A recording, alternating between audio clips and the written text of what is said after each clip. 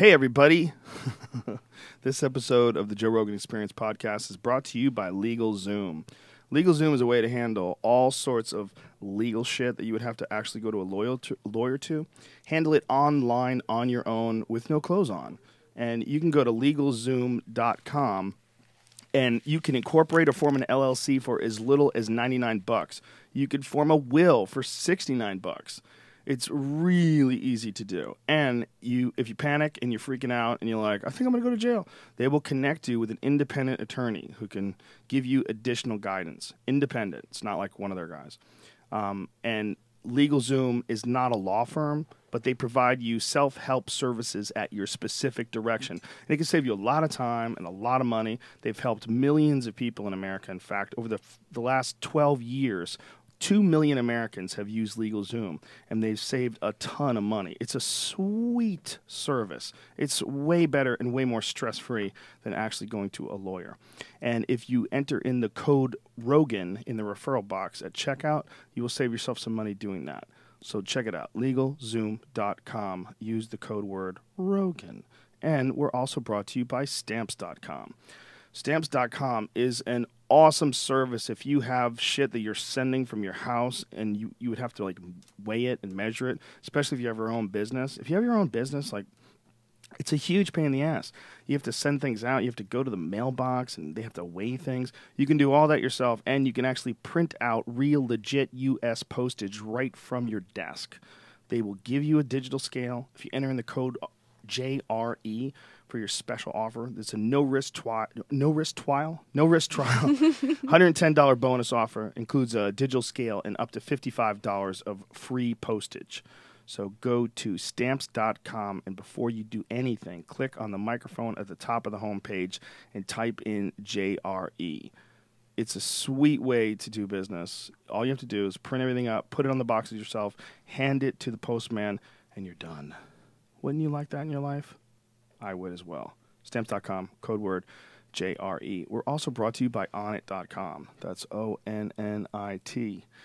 If you haven't been there for a while, check out some of the new things that we have, including the zombie kettlebells and the primal bells. There's 4 in a series of each one now, ranging from, in the primal bells, we have little howler monkeys that are 18 pounds all the way up to gorillas, which are 72 pounds.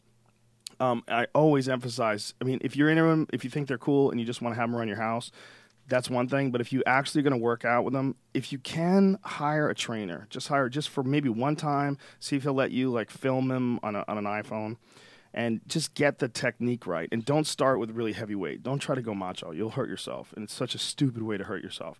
You could get a serious, legit workout with like 35 pounds. And I know you're like, Joe, I'm way more manly than that. I know you are. I am too. But yet I can get an awesome workout in with 35 pounds. You'd be seriously impressed. And you're way better off going light and doing it correctly. We sell DVDs on them, like the Keith Weber Kettlebell Cardio Extreme workout DVDs 1 and 2. They're fantastic. It's a great thing to do. You just do what he does. He said, ready, go. And he does it with you. So it's like, it forces you to do some shit that you would stop. You would quit. You'd take a breather. But he's not breathing, so you're not going to either. You're going to go through with it. There's a bunch of them. We have a bunch of packages for sale. There's the 2 extreme kettlebell cardio DVDs from Keith Weber. But we also have some instructionals on how to work out with club bells, which we also sell. What we're trying to do is sell all things that work for what you would call functional strength. Like there's a lot of exercises that people do at the gym that they don't really enhance your athleticism or functional strength, meaning they don't really translate into sports. They just make your biceps bigger. And if that's all you want to do, that's fine. But this can do that as well, and it will really translate into actual physical performance. We have tons of supplements, and if you use the code name Rogan, you will save 10% off any and all supplements. All right, that's Onnit.com, ONNIT. Anna's here. We're going to get the party started. All right. Hit the music. Joe Rogan Podcast, check it out. The Joe Rogan Experience. Train by day, Joe Rogan Podcast by night, all day. Thank you for joining us. Thank you for having me. Anna. Super excited. Kasparian. Yes. Is that the right way to pronounce it? From the Young Correct. Turks. Which is, you guys are like the new media, right? It's like, Yes. there's old media and there's new media. Yeah, establishment media, new media. I'm actually working on a book about it.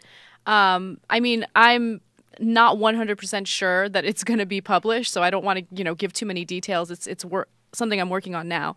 But I got to experience that transition from establishment media to new media, and there are really important differences and just this whole media revolution that's happening that's really exciting for anyone who's interested in journalism. And I mean, you're part of it with this podcast. Allegedly. You are. Allegedly. And it's a really great way for people who want to be heard without being censored. I can basically say anything I want on my show without worrying about anyone telling me, hey, you can't say this, you can't say that. Yeah. We have corporate sponsors. We got to make sure the advertisers, continue giving us money.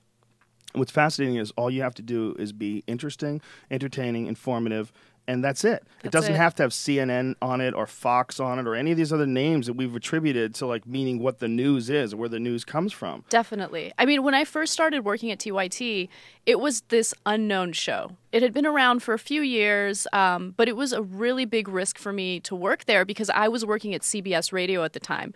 And CBS Radio had like a very clear path for me. You start off as an assistant producer, you will work your way up, and if you're good enough and persistent enough, you'll be an anchor and you'll be fine. You'll be set for life. With TYT, it was just this huge risk because it was unknown. I didn't know if it would survive. At the time, it was on this radio station called Air America. I don't know if you heard of it. Yeah, I remember that. Yeah. For folks, TYT stands for the Young Turks. Yeah, the Young Turks. In case you're on a plane with no Google and you're like, what the fuck is she talking So I just remember being really unhappy at CBS, feeling like, even if I get to the top of the ladder within this company, I'm not going to feel fulfilled doing what they're doing. And the first day I worked at the Young Turks, I heard Cenk Uygur, the main host of the show, go on this rant against the Bush administration and some of the ridiculous, civil liberty violations, civil liberties violations that they were accused of. Guilty of, not even accused of. And I was like, wow, you do not see this in the media. You don't see this type of honesty.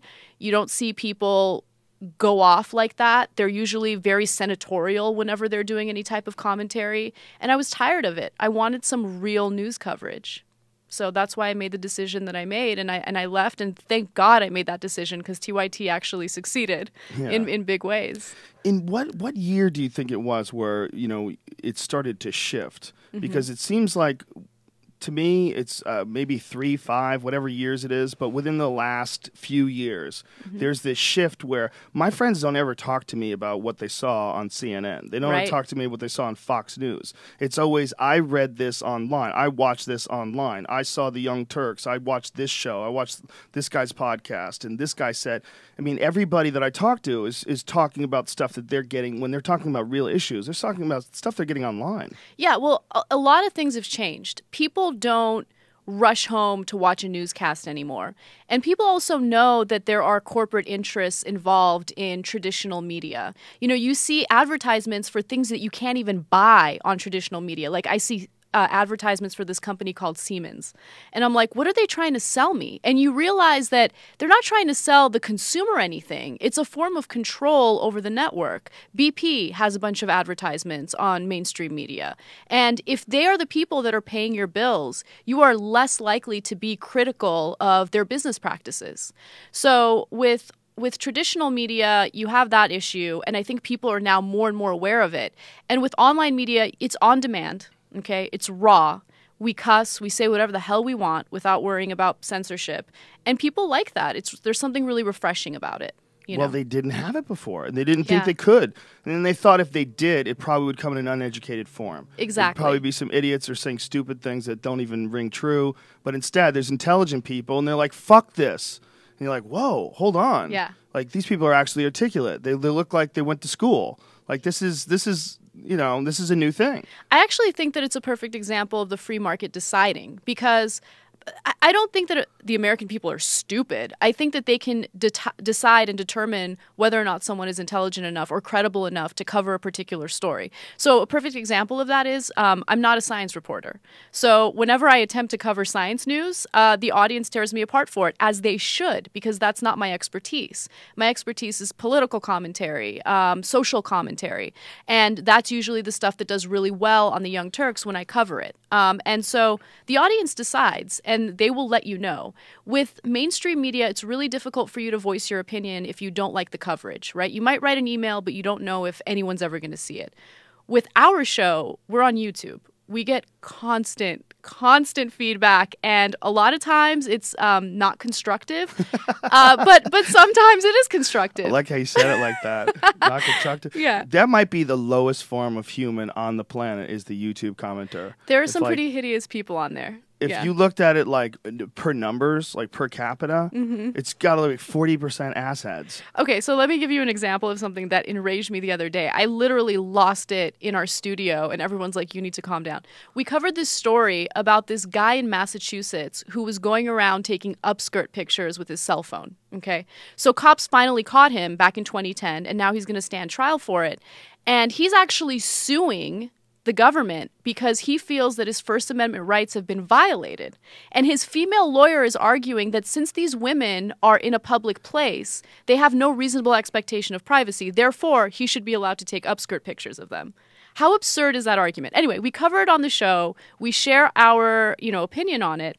And I would say like about 1/3 of the audience was like, yeah, they're right. Yeah, Anna's a dumb bitch. What if she doesn't know anything? First Amendment rights. And it's like, what am I supposed to do with these types of situations? It's really frustrating.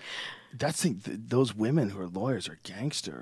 That's some gangster That's shit some right gangster there. shit. That's like some traitor shit right there. Exactly. Yeah, and I'd be very curious to see if she would be okay with this dude, with her own client, taking upskirt pictures with her or of her.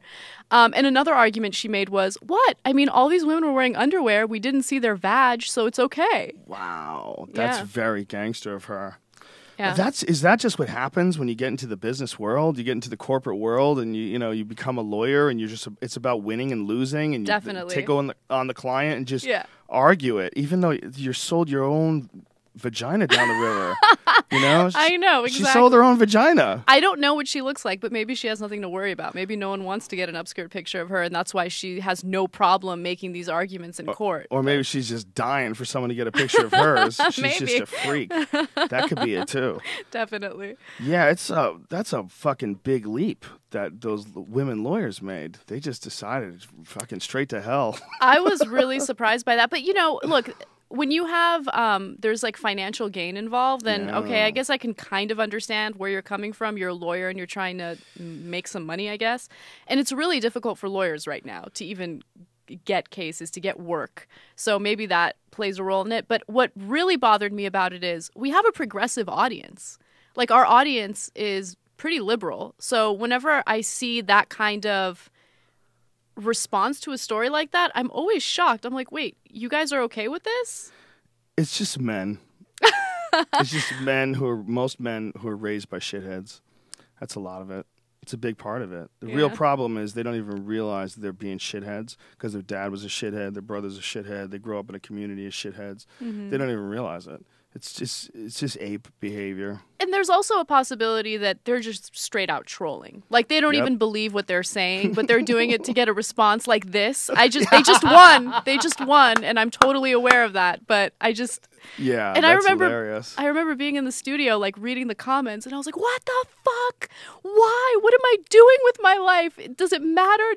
And I started feeling really bad about it. But then I was like, you just can't let that stuff get to you. You got to take it with a grain of salt. Yeah, you can get caught up in an online troll war. You guys actually made fun of me, the Young Turks did, because I got in an online MySpace thing. I don't even remember this. It was a long time ago, but he was right.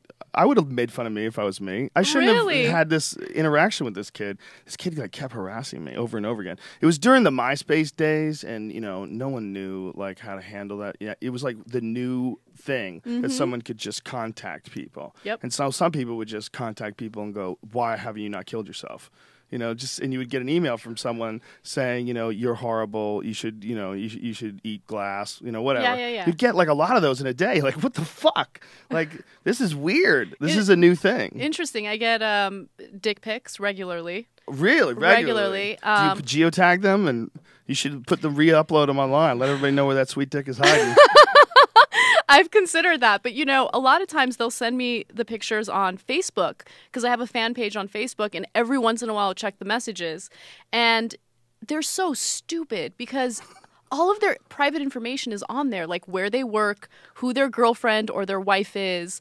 And part of me wants to like forward it over to their girlfriend or wife, but I'm too nice. Like, I don't want to like ruin their lives over their like perverted behavior. Well, that's very kind of you Yeah. to not do that. Didn't a guy recently lose his job because they found out he was a Reddit troll. Mm-hmm. It was like, would do evil shit on Reddit. And some people said, all right, who is this guy? Yeah. And then they found, you know, who this guy was. And it was a character that he was playing, like to blow off steam. He would be like, allegedly, he would just be like really evil and nasty online. A small part of me felt kind of bad for him because he had a family to take care of, and you know, it's gonna like destroy his life. And I get it.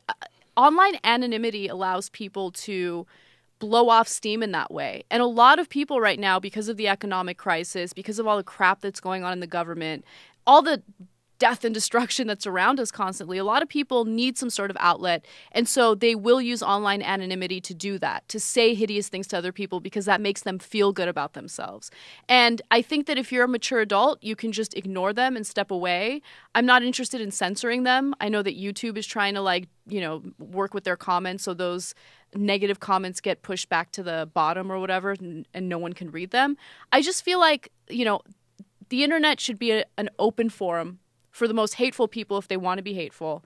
And we as adults have to have thicker skin and just walk away and not let it get to us. And it's hard to do. It still gets to me. I mean, that's what I opened the show with. You know? I like the way YouTube handles it. If too many people say this comment's retarded, then they eliminate it. But you could always see it. If you wanted to like show the comment, you could still show the comment. And they're slowly getting rid of anonymity, where they're, you know, attaching the comments to a Google Plus account. So it'll be easier to identify who that person is. I'm not necessarily against that. I just feel like, you know, I don't want to move closer toward censorship online. I love that it's an open forum, even though there are negative aspects to it that impact my life. So. Yeah. No, I agree with you. I think it's an important like method of criticism that was never available before. Mm-hmm. We have a very honest view of like what you do and what people like, when they like what you do, when they don't. And even if it's like really hypercritical, overcritical, if they have a point, like that point probably would have never gotten to you during any other era. And right. like if you want to like really analyze what you're doing and try to figure out like what's the best way to hone this, and they'll give you a lot of input. They definitely will. I will say that my political views have changed significantly since I started working at TYT, and it's not necessarily because of my colleagues. It has a lot to do with audience feedback. For instance, you know, what I thought about prostitution when I first started was very different from what I think now. I was definitely against legalizing prostitution. I was in favor of tough on crime legislation when it came to dealing with that. And then I realized, like, this is stupid. It's not keeping anyone safe. People are getting hurt as a result of, you know, pushing this ban against prostitution. So I've changed my views on that. I think that we should legalize it and regulate it because that'll create a safe environment. And that's just one example of many. Willie D from the Ghetto Boys said it best. Mm-hmm. He said, you got to let a hoe be a hoe. I mean, if you have two consenting adults wanting to do that, exchange money for sex, why the hell not? It's amazing that we have like this huge porn industry in the country. And as long as they do it in front of a camera, it's totally fine. Yeah. But if they do it behind the scenes, it's illegal. Well, it's also weird that you could have sex with anybody you want for free, and there's no crime committed at all. But if money's exchanged, somehow you become a criminal. Both parties. Does anyone really have sex for free, though, when you really think about Anna, it? you just got deep. I didn't want to know this about you. I think, there's people where it evens out, where it's free on both sides. No. But what I mean by that is usually there's something else involved. I'm not talking about money. Right. But there are emotions involved. There's an exchange of emotions. There's an exchange of something. It's fluids. not... Oh. You need to get rid of fluids. True. Yeah. Well, you know, there's obviously there's massive issues with men versus women as far as how they emotionally connect to sex, and also the need. Like, what I don't know what it's like to need sex as a woman. I'm sure it's a very specific itch. Whereas with a male, I'm pretty sure after all my years of observing men and women that it's a different animal. I think horniness for a man is very intoxicating and fogging and confusing, and I don't know if it is for women.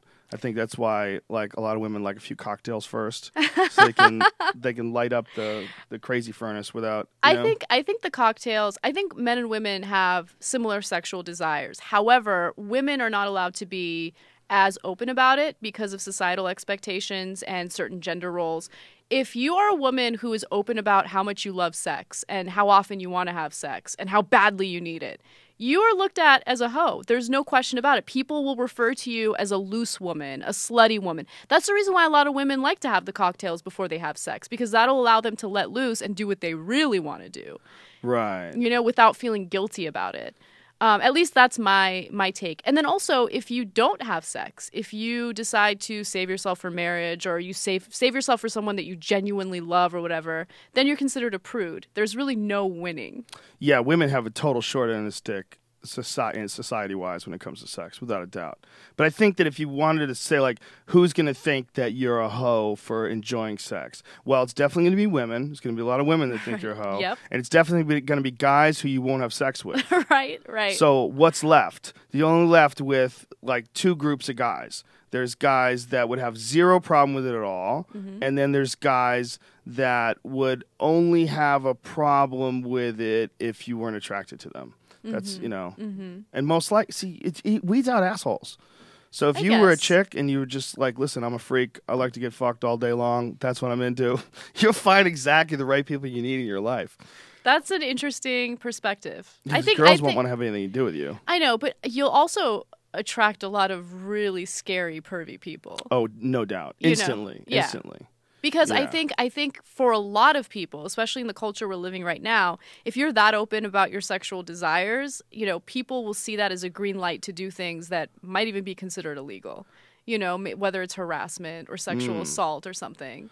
That's true. And also, I mean, this is like probably bullshit, but I would imagine that if you're the type of person that starts getting into like threesomes and tying each other up, and you start getting like really freaky, it's way easy to go too far with that. It's way, like, if you hear about someone like, I'm just into sex all day long, I just love sex.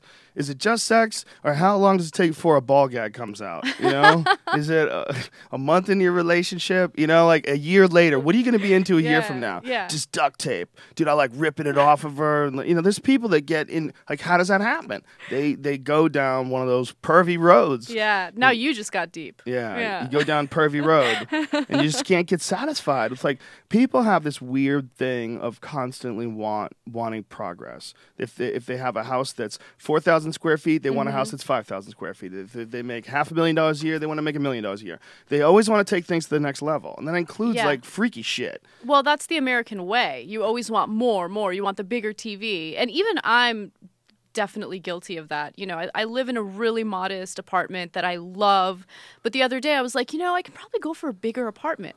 But why? I live by myself. My apartment's fine. I don't need a bigger one, right? When it comes to, you know, physical stuff, I think you kind of just get desensitized by things. You know, there have been many studies about what porn does to the brain, and you start off by watching something that might be considered softcore, and that's enough to, you know, do the job. And then all of a sudden you're watching more and more hardcore stuff, and you just become desensitized to it. And for a lot of teenage boys that grow up on that kind of stuff, that's what they expect from women, you know, or girls once they start having sex. It's really scary stuff. And it's changing people's sexuality without a doubt. The bush is gone. The bush died because of porn. I heard that you're upset about that. I'm terrified. They let porn win. It just doesn't make sense. It's like everybody let porn win. Before, nobody had a problem until like 1990. Yeah. Nobody had a problem with a hairy vagina. It was just what it was. I mean, people trimmed around them, but generally there was a lot going on down there, especially if you dated an Italian girl or what have you. But now it's like their victory is just universal. It's like the victory over that aesthetic, the victory over the shaved, waxed genitals. Well, those women are supposed to symbolize male desire. They're supposed to symbolize what a man wants, and then that has an influence on regular women, and they think, oh, am I supposed to look that way? Am I supposed to groom that way? There have been stories of women that injure themselves because they'll go get bleached in areas that they shouldn't be getting bleached. And it's just amazing to me that it's that influential. I know. Yeah, it's very strange. It's a silent influential thing. It is. It's very odd. And I was when the markets were crashing and government bailouts were going down, I was fascinated. I was like, how come nobody ever wanted to bail out the porn industry? Like, why would they pretend that the porn industry isn't this giant monster business that all of a sudden just evaporated? Like half of it, 3/4 of it, I don't know what the number of it, that just disappeared. Yeah, because of the internet. Right. So, like, who's pretending that this isn't a real business? Like, everyone's like, well, I guess they'll just have to exist on their own. Meanwhile, you're watching it. Like, that person's a fan of it. He probably has, like, a bunch of different videos that he has, like, bookmarked on his laptop or something. Yeah, definitely. But at the same time, which politician would come out and say, we need to bail out the porn industry? That would be political suicide. We live in this puritanical society. I mean, that would be insane. Well, there's also the same sort of feeling that happened with the music business, is that, like, the music business went out as well with the downloads of MP3s and file sharing. They lost a giant piece of revenue. I mean, just evaporated. And no one really was considering bailing them out either. It was like, you kind of should have figured this out, dummies. Yeah, well, I agree with you on that. But at the same time, everything always goes back to who is funding our politicians. Wall Street, these big bankers, these are the people that fund the campaigns for our politicians, which is why they just willy-nilly went for the bailout. And by the way, after the bailout happened, we did nothing to break up these too big to fail banks. They still exist, and they're still doing the same type of bullshit that'll lead to another economic collapse. I mean, the regulation that we passed was nothing. So it's just, it always goes back to money in politics, which, we talk about on the show all the time. If someone is funding you, whether it's the media or whether you're a politician, you're not going to go against them. You're always going to bail them out. Yeah, Terence McKenna described it as how do you describe it? He described it as a special interest oligarchy disguising itself as a democracy. Oh, yeah. We have legalized bribery in this country. It's amazing, though, isn't it? I mean, when you really stop and think it's gotten to the point that it is today, where essentially it's open, it's pretty obvious. They control virtually every single aspect of our economy, our society. It's all just money-generating hubs, these big, giant spaceships filled with assholes that are just sucking money out of whatever, whether it's through oil or natural gas or whatever they're doing. Why do oil subsidies exist? Like, it's a good question. Why don't people ask the government that? Like, why the hell are we giving these massive, profitable oil companies subsidies? It's insane. At the same time, we're cutting funding for education. We're privatizing public schools, which is a complete and utter disaster. Subsidies sounds like they should get it. It's like, well, there's oil subsidies. Oh, okay, oil subsidies. It's not like oil donations or oil payola. If they called it oil payola, people would go, wait a minute, what is that? Yeah. Why do they get more? Don't they have a lot of money? Yeah. What's happening here? Most profitable industry in the United States, in the world, So it's frustrating stuff. But fortunately, there are ways around it. Citizens United was a terrible Supreme Court ruling, which effectively allows corporations to act as people and make these unlimited campaign donations to politicians. So one way that you can get around that is by creating a constitutional amendment, which we're trying to do at the Young Turks. There's a political action committee that we formed called Wolf Pack. Your audience can learn more about it at wolf-pack.com. And basically, it would have state leaders propose a resolution, and the resolution would create a constitutional convention where you can make an amendment to the Constitution that would get money out of politics.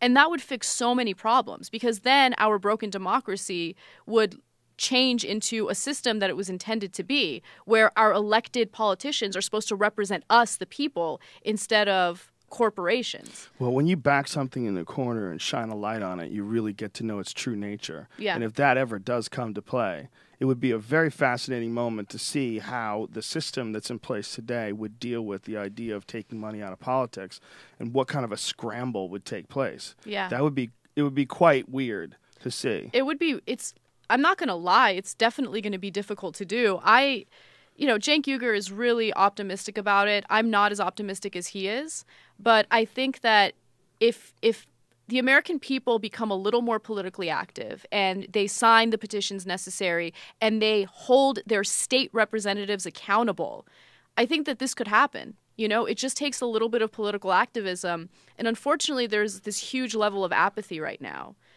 which I don't understand because the political climate is leading to, this economic meltdown and all of the problems that people are experiencing right now, income inequality, wealth inequality. It's scary stuff. I mean, we lie to ourselves when we say that we live in the best country in the world.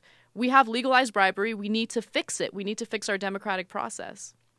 When you look at the future of this country, the way it's running, the way it is currently operated, how long can that? It seems like it's falling apart at the wheels. It seems like it's like this crazy thing that's spinning and shaking and sucking money out and freaking out. How long can this thing operate the way it is right now?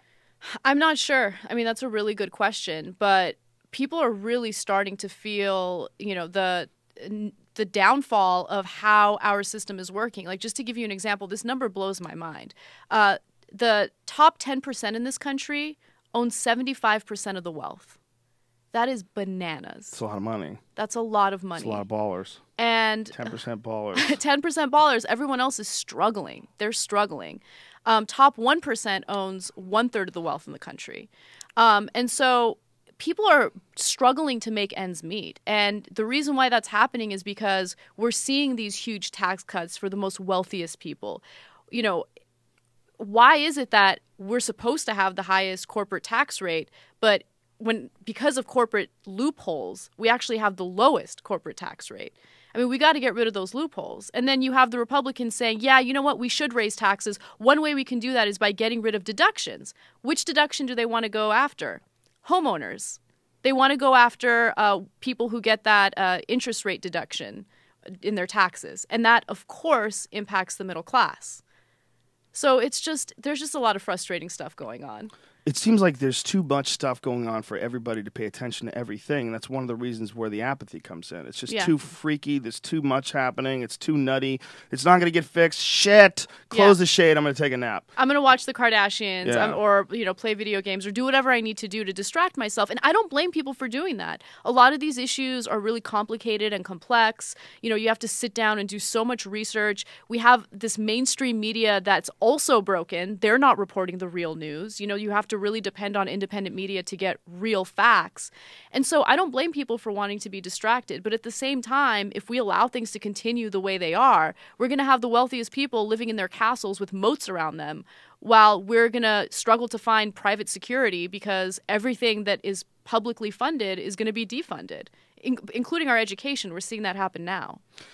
Nobody ever wants to think that the operating system that we have that runs our society could fall apart. Nobody ever wants to think that all of a sudden there would be no cops because they don't get paid. But that's happened in places like Camden, New Jersey. Yep, perfect example. Yeah. They didn't have cops. It's insane. And of course, I mean, it's common sense. Yeah. Their crime rate shot up as a result of that. Of course. It was a free ride. Yep. I mean, that's if you were like a really bad person, that's like the best place to move in the country. Yep. You're like, look, there's no cops. They don't even have them. Yeah. That's a small little crumbling in the foundation of our society, just a little one. And, maybe they fixed it for now, but eventually that could happen. There was an Anthony Bourdain special I was watching today. Love him, by the way. Yeah, he's great.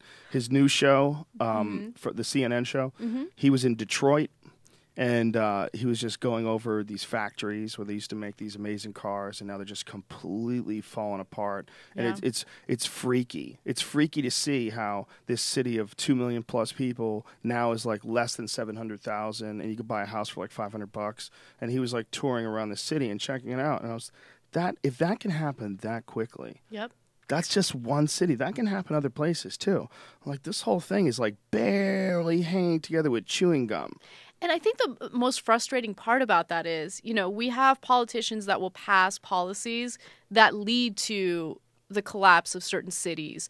California is in a lot of trouble right now because of a proposition we passed in 1978 called Proposition 13. It capped property taxes at 1.2%.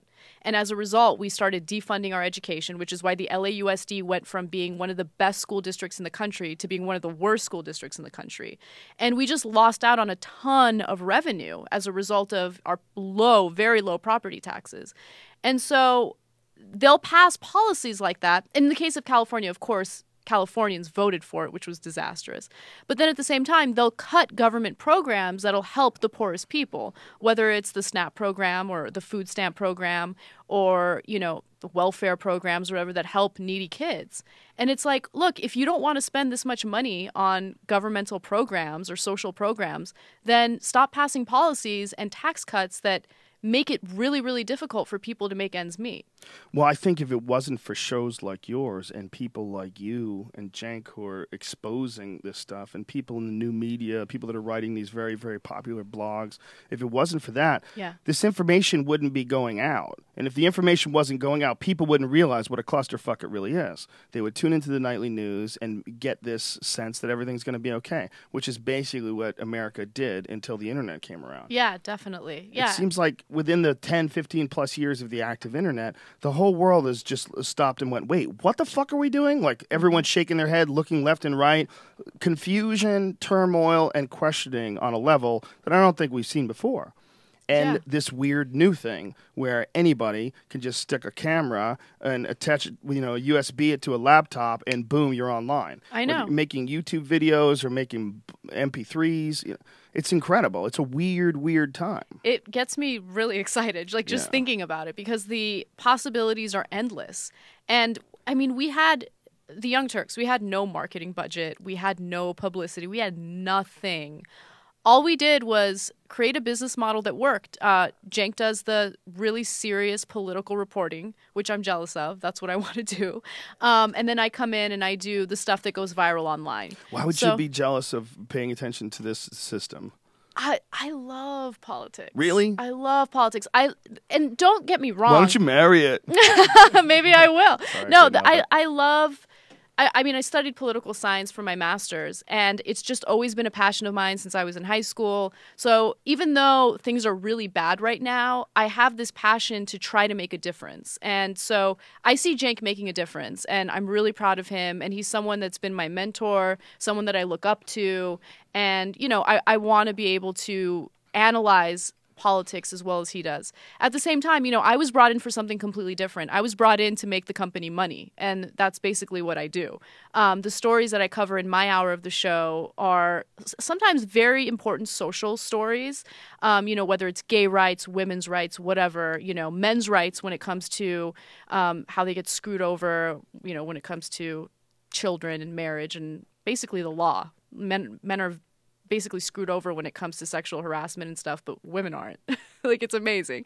But that's a side note. But then, I'll do the stories that are really stupid, but people love them. We'll do a Miley Cyrus story, and it'll get, millions of views, and we'll make a ton of money off that video, but there's no value to that story. So I always feel guilty doing it. So I'll have days where I'm just like, yeah, I'm a big failure. This is what I do for my life, and I feel guilty about it. I hear what you're saying, but at the same time, following politics is like following some fucking fake minstrel show. It's fake. It's discouraging. There's no question about it. I mean, it's like I always I had this conversation with Jamie Kilstein once, dude from Citizen Radio. Mm-hmm. And they were talking about politics, and I go, do you ever think that by following this fake horse and pony show that you're lending credence to it because you're an intelligent person and you're pretending this isn't all just assholes who are getting bribed? Because that's what it really is. Yep. It's really just a bunch of assholes that are getting bribed, and they're the ones, and their cronyism and all this weird shit going on with laws and things they can and can't get away with and what they can and can't get charged with. Well, I mean, look, there's a huge difference between political reporters in the mainstream that just report on it, but they don't really give a shit about making a difference. And then there's a huge difference between people like Jamie and Allison on Citizen Radio or the Young Turks or any other, what is it called? name just lost me. Alex Jones? No, not Alex Jones. Infowars.com. Alex Jones. You guys have been stealing our thunder. We're coming at you with YouTube views. Infowars.com, the #1 media source in the nation. Young Turks tries to pretend they have similar ratings. So you've seen that. That's awesome. Alex is a friend of mine. Is he? Yeah, he's crazy. He's crazy. Out of his mind. He's Look, out of his mind. I have no problem with He's someone. a great guy, though. You would love him. If you met him, he's a sweetheart. Jenk did meet him, and Yeah? he ended up liking him. So I believe it. But his response video to us was hilarious on so many different levels. Like, put a shirt on, dude. Put a fucking shirt on. Like, if you're trying to make a decent point and you don't want to seem like you're loony, put a fucking shirt on. But don't. If you're Alex Jones, you don't need a fucking shirt. Over 100 AM/FM stations, XM. By the way, he's On the probably internet, naked, just look at my too. website. Don't tell me that. Website. Most likely Look at his my website. videos, more views. No one's gonna Even if you're care. crap, I'm #1. Oh, I love in this alternative video. media, period, globally. Even Rolling Stone, New York Magazine, all the gun actuaries, I'm #1. He's #1, period. Yeah. By the way, here's one thing he's missing. It's a shirt. Yeah. He's going to address that later. He's crazy. I've known love Alex it. for a long time. I did Yeah? a DVD in 1999, and he and I put on Bush masks. I was Bush Jr., and he was Bush Sr., and we put on these masks. We ran around the Austin State Capitol, like the front yard, and filmed it when Bush got elected. The title of the DVD was Belly of the Beast, so it was right when Bush was getting elected. We decided to do this in Austin, and him and me are in this this video, and he's singing a song. He sings this like crazy New World Order song that he wrote. Oh, that's not us. That's a different one. The other one, we were actually wearing these masks, but I've known him forever. He's a really good guy. I don't deny that. I'm sure he is a good guy. Tell me the truth. Is he like playing a role when he's on camera? Because I don't believe that he's really that crazy. Like, some of the stuff he says, I just don't believe he believes. I do not know. I would not pretend to know. I think he's a very complex man. I think there's a lot going on beneath the surface. There's a lot of layers to that cake. And I think that a lot of people look at him and think he's a screaming maniac, but he was right about a lot of shit a long time ago. He was saying that the NSA is going to be reading all your emails and looking through. He said that they're going to make deals with major data networks, with AT&T and Google. He was saying this a long time ago. Yeah. And I specifically remember having conversations with a friend and him, and my friend was like, that is so crazy. Why would they do that? They're not going to do that. Do you really think that the law would ever let them do that? The law! They own the law! And he'll get fucking crazy, and he'll go Alex Jonesy on you. But, here's the thing. That strategy or that delivery is effective because there have been people who have been reporting about, civil liberties violations for a while, and they get no attention. So sometimes the squeaky wheel will get the attention. And, if that's what he needs to do to get coverage of those important news stories, it's totally fine. The thing is, there are little sprinkles of truth to some of the stuff that he reports, and then some of the stuff that he reports is just crazy and it's made up, So it's like I don't know where to fall with that guy because I want to support him with some stories, but then other stories I'm like, dude, you need to tone it down. Well, I don't know what the process is for acquiring information, vetting it out, and then publishing it and yelling at the YouTube channel. I don't know what the process is, but I know that he's right about a lot of things, and I know that he's passionate about a lot of things. But I think that he probably needs a better filter. Yeah. I think there's a few rants he'll go on where you're like, wait a minute. Oh, wait a minute. What the fuck are they doing? Yeah. Chemtrails! Do you understand how many planes are in the sky every night spraying chemtrails, blocking out the sun? I can't even fucking grow tomatoes here in Austin, Texas. No. Your impression of him is amazing. I've been hanging out with him for fucking more than a decade. That's uncanny. That's insane. But he'll go off about something, and then you'll go, but did you know that this and that and that? You'll have counters to those, but those don't get in there. Yeah. Those don't get in there. They get New World Ordered out. They get Black Helicoptered out. Yeah. They just ricochet off. He wants to see a conspiracy in every fucking thing that's ever existed ever. If you come up to him about whatever it is, name it, JFK, the Iran-Contra, Whitewater, death of Vince Foster, there's a million stories!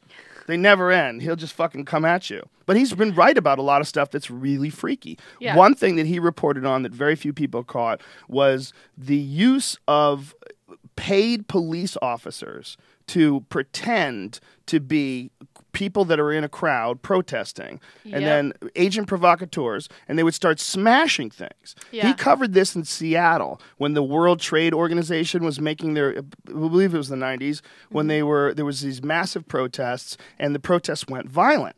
Well, he has all these photos of like their bottom of their boots, military issue Vibrams, and he like points all this like, these are police officers. Yep. They're wearing masks, no one else is, and they're the only ones doing any damage. They're smashing things, and they're doing it so then the police can come in and start arresting peaceful people, which they normally couldn't do. And I thought that was the dumbest thing I've ever heard in my life. The crazy thing is, when it came to the Occupy protesters, they weren't even agent provocateurs. They were just cops, like, breaking shit and starting the violence. And, they got a little bit of criticism for it, but the media would pick up the story and make it seem as though the Occupy protesters were the violent ones. They would do everything necessary to discredit them, which made me so angry because finally in this country there was a little bit of political activism. They changed the conversation because we were talking about bullshit until Occupy came along and talked about wealth inequality. And then, you have the mainstream that totally discredited them, and then they just kind of fizzled out. And I had so much hope for that movement. Do you know what fucked that movement? Them not being organized. And soap. With soap? Soap. They didn't get enough soap. Oh, I see what you're saying. There's too many stinky motherfuckers out there in drum circles. That was a big part of it. I covered Occupy LA and Occupy Oakland.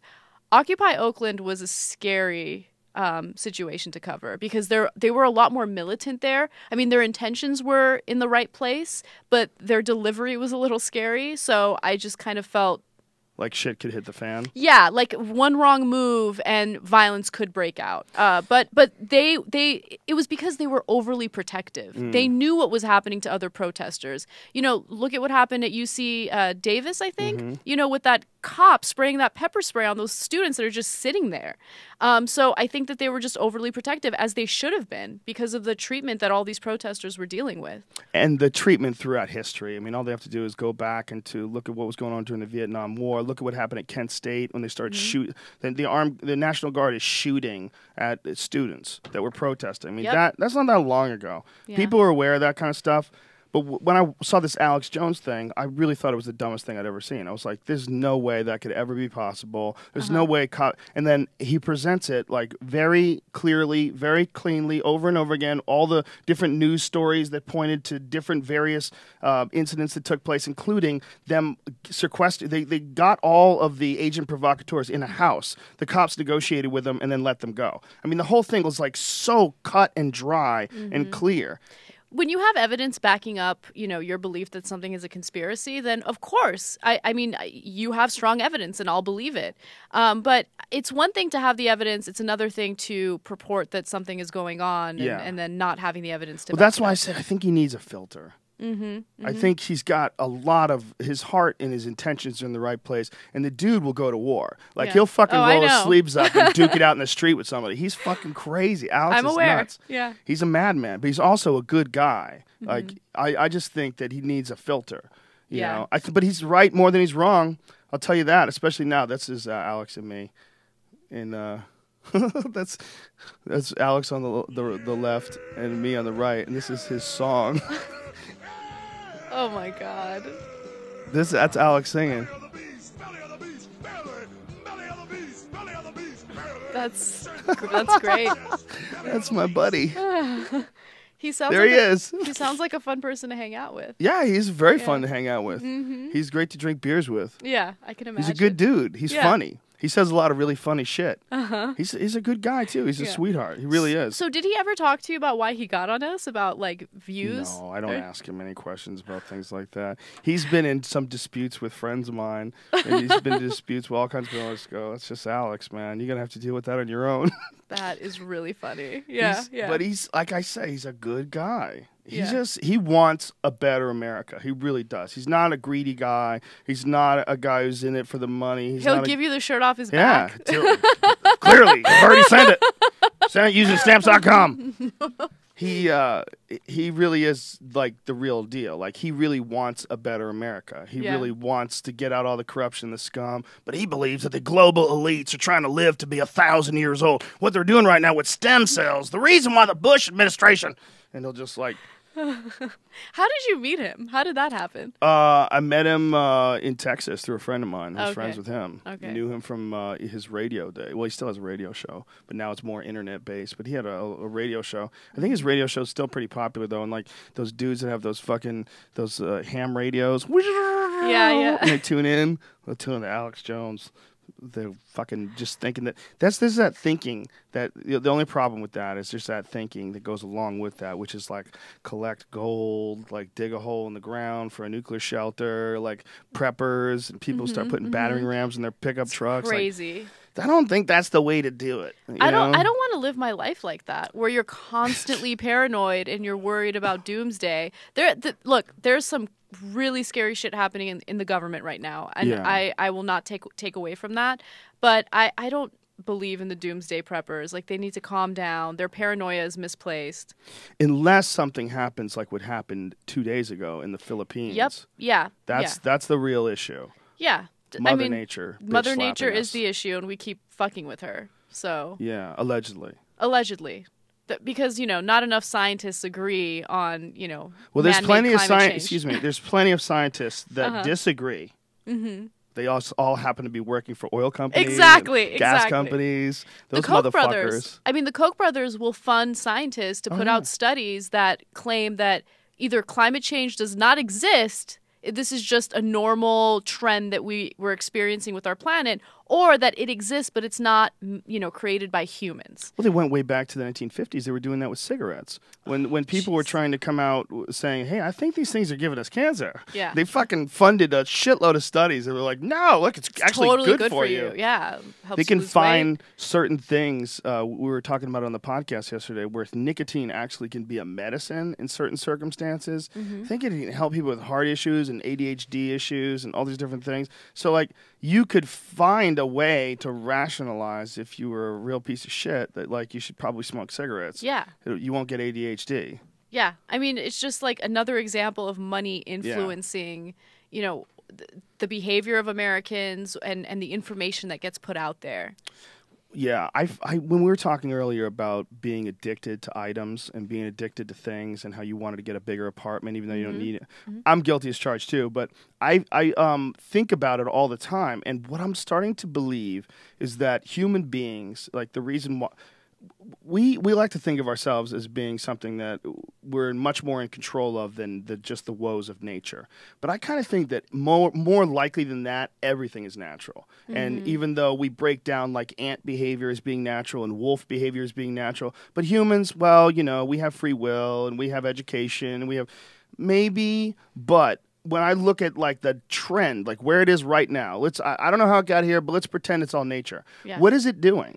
Well, what it's doing is it's making things. Yeah. It's making crazier and crazier things every day. The whole race is working together, and one of the ways it ensures that people consistently technologically innovate is by making it attractive to have the newest, latest shit. Yeah. And everybody wants it. And, like, ooh, that new Lexus, look at that commercial. Oh, my God, I got to have it. And it's a fucking new laptop, and it's a new phone, and it's a new earpiece. I mean, it's also a status thing. It's a status symbol to have the latest and greatest. No doubt. We recently covered this story about Barney's. I don't know if you talked about it at all on your show, but there was this young black man who went into a Barney's. He purchased a $350 belt with a debit card. And allegedly, the cashier called the authorities on him because she didn't believe that a black guy can afford this $350 belt. So the cops came, they started questioning him. They said, we need proof indicating that that's your debit card. He had to call Chase and prove, like, yes, that is his debit card. They, like, detained him for a little while, and then finally they let him go. So he's suing Barney's now for racial profiling. So we'll see how that case plays out. But, aside from the racial profiling component of that story, I was just shocked that I think he's 19. that a 19-year-old would save up multiple paychecks, by the way, to buy a $350 belt.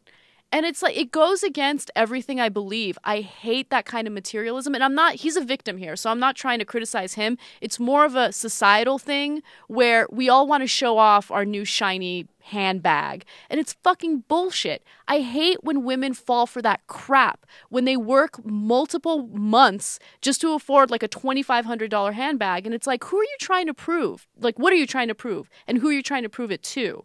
You're trying to show off to other women, right? Which, by the way, if you're like a real woman, I think that you shouldn't get jealous by that kind of crap, you know? And if you're a real woman, whoa, you said it like a real man. You said it very, very masculine, like. No, I have this.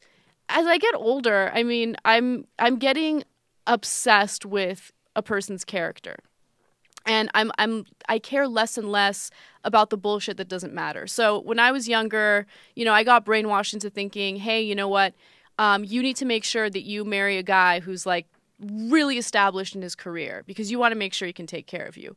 Fuck that. I want to take care of myself. Like, I don't need a guy to take care of me. And that's not to say that I don't want a man in my life. I definitely do. I want a partner in my life. And I want it to be like a real partnership where we help each other out. But at the same time, like, this obsession with materialism makes me sick to my stomach. It's distracting. And it makes people feel that if they can't afford certain things, then they're not good enough, that they're not worthy. If they don't have the money to shop at Barney's, then they're less than. Well, I definitely think you're right from a sociological aspect. I feel like the whole desire is fruitless and silly and weird, and it exists more with people that can't have it and want it very badly. But there's a lot of people that are rich that just go shopping every day, but it's just the hole never gets filled. Yeah, it's never like the big rush that you get. At least if you're poor and you buy a $2,000 watch, you're like, holy shit, and you're looking, I can't believe I got it, woo! But if you're really wealthy, if you're some billionaire character, it's nothing to you. It's nothing. It doesn't even register. It's like this dull thumping on your helmet because it never really gets to skin. I don't like making people feel like they're worthless because they can't afford certain things. Isn't that them? I mean, who makes them feel like that? Isn't it on them? And it's whatever in pop culture. I mean, listen to pop culture. Listen to all the rap songs and all the. Oh, you know, I got my new Cadillac or whatever. New Cadillac, you're hilarious. Whatever. I don't think they brag about that. Good car. Don't get me wrong. whatever. I got my Maybach. Right. Yes, right. They rap about that shit. Who cares about your Maybach? You know, like, I don't know why people are so obsessed with that. And then these young kids think, oh my God, I got to work really hard for that Maybach, which is why so many people get involved in the financial sector and they sell their souls because they just want to be rich. And we need people who want to be teachers. You know, albeit most of them get screwed over with really, really crappy salaries, and we should definitely pay our teachers better. But people don't gravitate toward jobs that actually help the community because they're so obsessed with making money. And I hate seeing our brightest students go toward the financial sector instead of, you know, focusing on jobs that do help the community, whether it's, you know, in fields that lead to technological innovation or to medical innovation. And of course, doctors make a lot of money, but, you know, a lot of scientists that do some serious research that really benefits society don't make a lot of money. It's true. And so I just hate the incentive structure that we have these days and this emphasis on always having the newest, most expensive item available. Yeah, it's definitely ridiculous. But as a person make an attempt to look at it objectively, if I was like an alien species coming down to observe Earth, I would say they're in a mad scramble to create the next technological marvel. They're in a mad scramble to create the new internet, the next thing, and they're going to go from that to the next thing. They're transforming themselves. They're essentially, it's a long-term cocoon that turns a caterpillar into a butterfly. It's just taking a few hundred years. But technologically, there's some sort of a symbiotic relationship that we have with technology, and that's fueled by materialism. Yes. This materialism drive, it ensures that people consistently buy the newest things, innovate, and constantly trying to impress with the latest. Yeah. I just, sociologically, I agree with you 100%. Yeah. But I think that there's probably something more going on that we're just not aware of because we're like trapped in the middle of the hurricane of it all. Yeah. I think you make a really good point about, you know, gadgets and technology. I guess what I'm more focused on is just like the designer bullshit that people buy into. That kind of stuff really frustrates me. I just think it's a side shoot of the same issue, the money thing too. Like think about that, like this desire to pursue massive amounts of money and change. What is that all really doing? I mean, if it's all just a pool of money and everybody's trying to, keep it moving and keep it active, what does it really do? Well, it buys things, and if it's buying things, someone's making things. If someone's making things, they're going to keep improving those things because everybody wants the newest thing. Yeah. It's basically the same engine, this innovation engine that's like pushing forward, and we're all trapped up in it, as calling it culture and calling it all these other different things. But what it really is a mad scramble to make new technology. So what's your guilty pleasure? Like, what do you like to splurge on, even though you might feel Pool it might cues. be? Really? Yeah. Does that get expensive? Yeah, they get expensive. What? Yeah. Well, I'm there's an art form to making pool cues, believe it or not. And I play a lot of pool. Okay. And I was obsessed. I used to play 8-10 hours a day when I lived in New York. It was to What? the point. Yeah, when my manager was telling me that it was affecting my career. It was because I was paying more attention to playing pool than I was to comedy.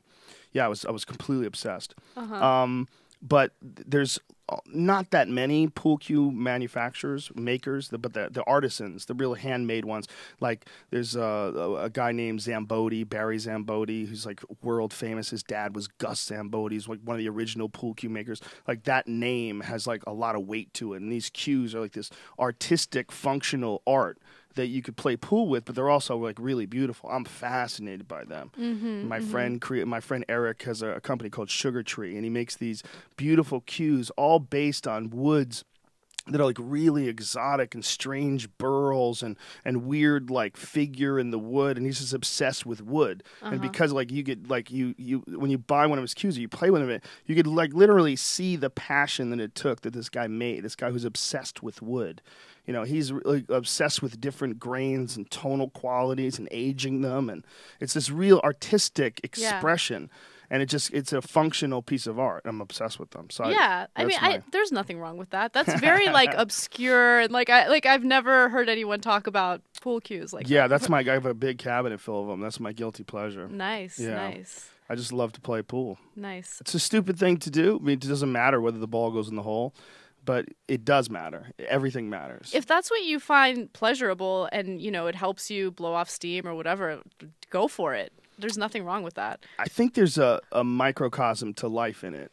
I think there's a thing about pool. See, these are handcrafted pool cues. So how much do these cost? Am I allowed to ask you? Yeah, some of them can cost several $1,000s. Wow.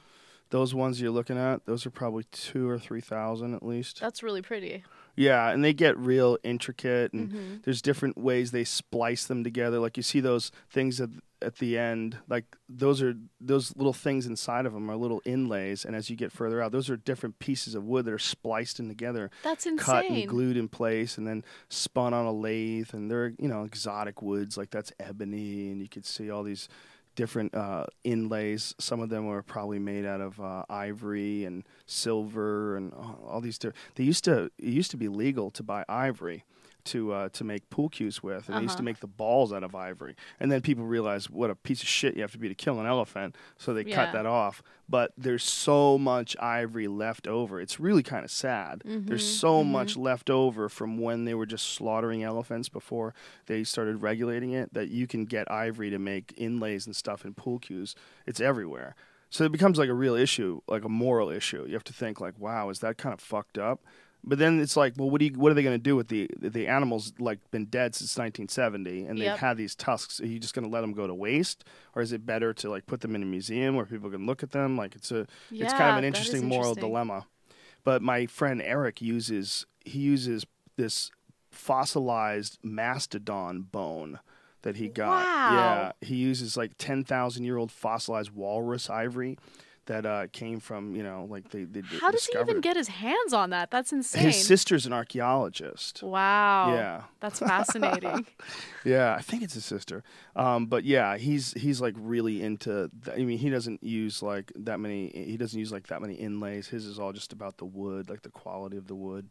I like that. I like that. That's really interesting. I would have never guessed that they could get that expensive. Oh, they get really expensive. Yeah. The old ones, there's a man named Balabushka who lived in, like the 1960s and 1970s, I think he made cues. And in the movie The Color of Money, Paul Newman gave Tom Cruise a Balabushka. And just by saying that name, those cues started being worth $25,000, $30,000. Because there's a finite number of them. There's a fact it's probably like the cue that has the most forgeries. It's like Zambodi and Balabushka, the two. A lot of fakes. A lot of people they'll just knock it off and pretend it's one of them because you could sell it for $25,000. Your guilty pleasure is much better than mine. What's mine yours? is just food. Food? I can't really think of an object that I like to spend a lot of money on. I just like to spend a lot of money on like a good experience. Like if I'm going to travel or if I'm going to eat at a nice restaurant, I'm going to go all out, and not feel bad about it. But that's pretty much it. That just sounds like life. I know. That's not a guilty pleasure. I know, I guess. I'm trying to think. I'm a huge bargain shopper. I don't really buy anything at full price. I'm not really into that. When you just said this is interesting, is this because of the way like your responsibility that you feel for looking at the world and seeing how fucked up things are that you feel bad spending a couple $100 on a nice meal? Is that like what it is? That like it becomes a guilty pleasure because you're like, fuck it, I'm just gonna do it. But normally, yeah, maybe. I think that there's something subconsciously that makes me feel guilty about it, but I can't really put my finger on it. I think it's because I know how hard I work. And, seeing all that money go toward one experience or one meal makes me feel a little bad. But what I like to do is if I'm going to go out and I'm going to spend some serious money, I make sure that I take people with me and I spend the money on them as well. Because then I feel like I'm doing something good for my friends. And I read this study about how the happiest people will actually spend money on others. And it's totally true. You feel really good when you take care of other people. So, I usually do that. That's not my guilty pleasure. That's the one thing that I will splurge on and I won't feel guilty about it. I'll feel really good about it. And then I hope, one day when my friends are in the mood, like they'll take me out and they'll do the same thing. Hopefully one day. You're waiting, right? It sounds like you're waiting. I mean, my friends, I love my friends. I'm in a really... As someone in my age group, I'm in a really great place financially because I lived at home for a long time. I saved money. I was with someone that I was going to buy a house with. That didn't work out. So now I just have money that I'm not going to put toward a house and I can do other things with it. So I like to treat my friends to things once in a while. You don't have to justify it. Yeah. But it seems like a part of you, because you're such a conscious and aware person, realizes that you're in this rare circumstance. Yeah. So it feels like a guilty pleasure. I don't know if it's guilt, but I feel bad about a lot of things because... Do you have white guilt? No, I don't have... white guilt is something I don't have, especially because... And by the way, I love that accusation that we get from our audience time to time. All the fucking time. And it's so funny because, like, I'm Armenian. Like, both my parents came from Armenia. So they didn't have... Like, my ancestors didn't have slaves. Like, Are you trying to tell me you're not white? I'm white, but I'm not I'm not American. You know what I am American. Okay, this is not sounding good. Whoa. But like to say that I have white guilt would imply that I have ancestry that did hideous things to black people, which is why I now want to raise awareness about issues of racism. And that's not true. I want to raise awareness about that is because I want genuine equality. You see cases where racial profiling does exist. No doubt. And you want to raise awareness about that because you want society to progress. You don't want to pretend as though these societal ills don't exist. They do exist. But at the same time, you don't want to demonize people either. You don't want to make blanket statements about all white people. That's insane. Yeah, I've heard some pretty ridiculous blanket statements. But what's really important is that the idea of racism should be eventually it shouldn't exist anymore. One day it should come a time where that has been ironed out of the human culture, where we've beaten it down. It seems like if you go back to a few thousand years ago when they were burning people at the stake for various beliefs, we've managed to get past that. We've managed to get past killing neighbors, the rival countries that were like a block away from each other in Europe. We managed to get past all that. I wonder if one day we're going to get to a point where we don't give a fuck what anybody's race is. I wonder if there's going to be some economic evenness where it'll eventually all smooth out, where it won't matter. I wonder the same thing. I'm not as optimistic about it, though, to be honest. I'm pretty optimistic. You are? Yeah, I didn't used to be, but as time's gone on, the internet is what makes me optimistic. Mm-hmm. When I see like justice and the voice of the internet, it seems to be a very ethical, moral voice. What do you think about, some of the vigilante justice that you see online? Like in the case of the Steubenville rape case and how Anonymous, kind of rallied behind that victim. I thought that was really inspiring. It's important. Yeah. It's huge. That stuff has to happen. It has to happen. You can't let people do that because that could be your daughter, that could be your friend, that could be your mom, that could be anybody. You can't let that happen. And they can't let that fucking happen either. The fact that they let that happen, you got to clean that whole place out. That's a disaster. That is a anybody disaster. Who's involved in that, what did you do? What the fuck did you do? You just opened the door for this kind of shit to be swept under the rug by future generations who find out about this as well. This is like when there's a gross injustice and it doesn't get rectified. There's this weird thing that happens where it can spawn more gross injustice. Yeah, I mean, it sets a precedent. Yes. And if one person can get away with doing that type of, act or behaving in a certain way, then other people will think like, well, I can do that. I can get away with that. And, in the case of the Steubenville rape case, I was actually really shocked at how many people bullied the girl after she was raped. And you see more and more stories like that popping up all over the place. I think it's a human nature issue with a lot of young kids that have not been raised correctly, but I think there's a lot of people that are just letting their kids raise themselves and they're not even having conversations with them. And they're growing up with like animal instincts. And animal instincts are to go after injured animals. There's a weird thing. It's scary It's stuff. a terrifying thing, especially when the injured animal is claiming that the social alphas, have done this thing to them. And then the social alphas are saying they didn't do it, and then there's this weird sort of an appeasement thing going on where people are trying to gain the favor of the alphas by shitting on the victim. It's terrifying stuff. It's the worst aspects of humankind is this weird thing that we can have when we gang up, And the parents of the victim, I give them all the credit in the world because I'm going to be completely honest. If I were in that position, I don't know if I would be able to prevent myself from doing something that would lead me to getting prosecuted and thrown in jail. Yeah. It's something happens to men that get together, and if a bunch of idiot men get together, they think that's something that they can do, and it's a.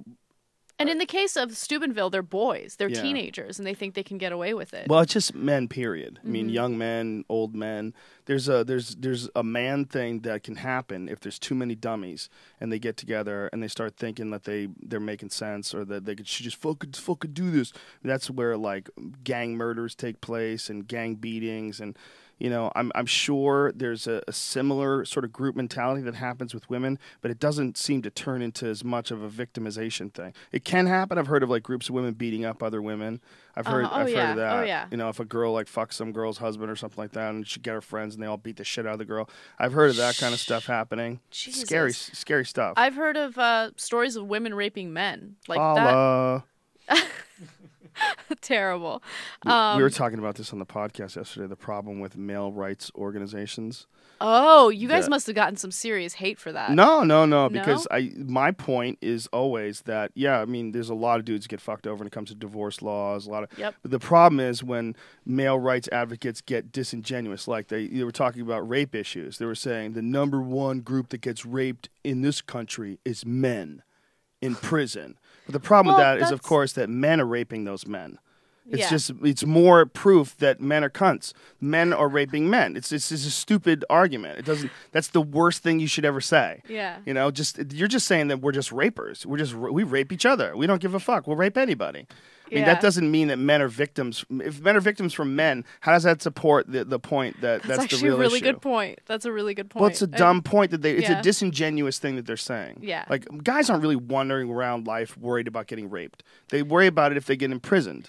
I just worry that, you know, the men's rights movement is a response to like radical feminism. And I have a lot of issues with radical feminism because when you pretend as though women are always the ones that get screwed over and men don't deal with certain double standards and certain issues, then you're being disingenuous. You know, you're doing a disservice to your own movement. I mean, there are some serious issues with the way women are perceived in media, for instance. You know, the way I'm perceived in the media is very different from how Cenk is perceived in the media, very different from how you're perceived in the media.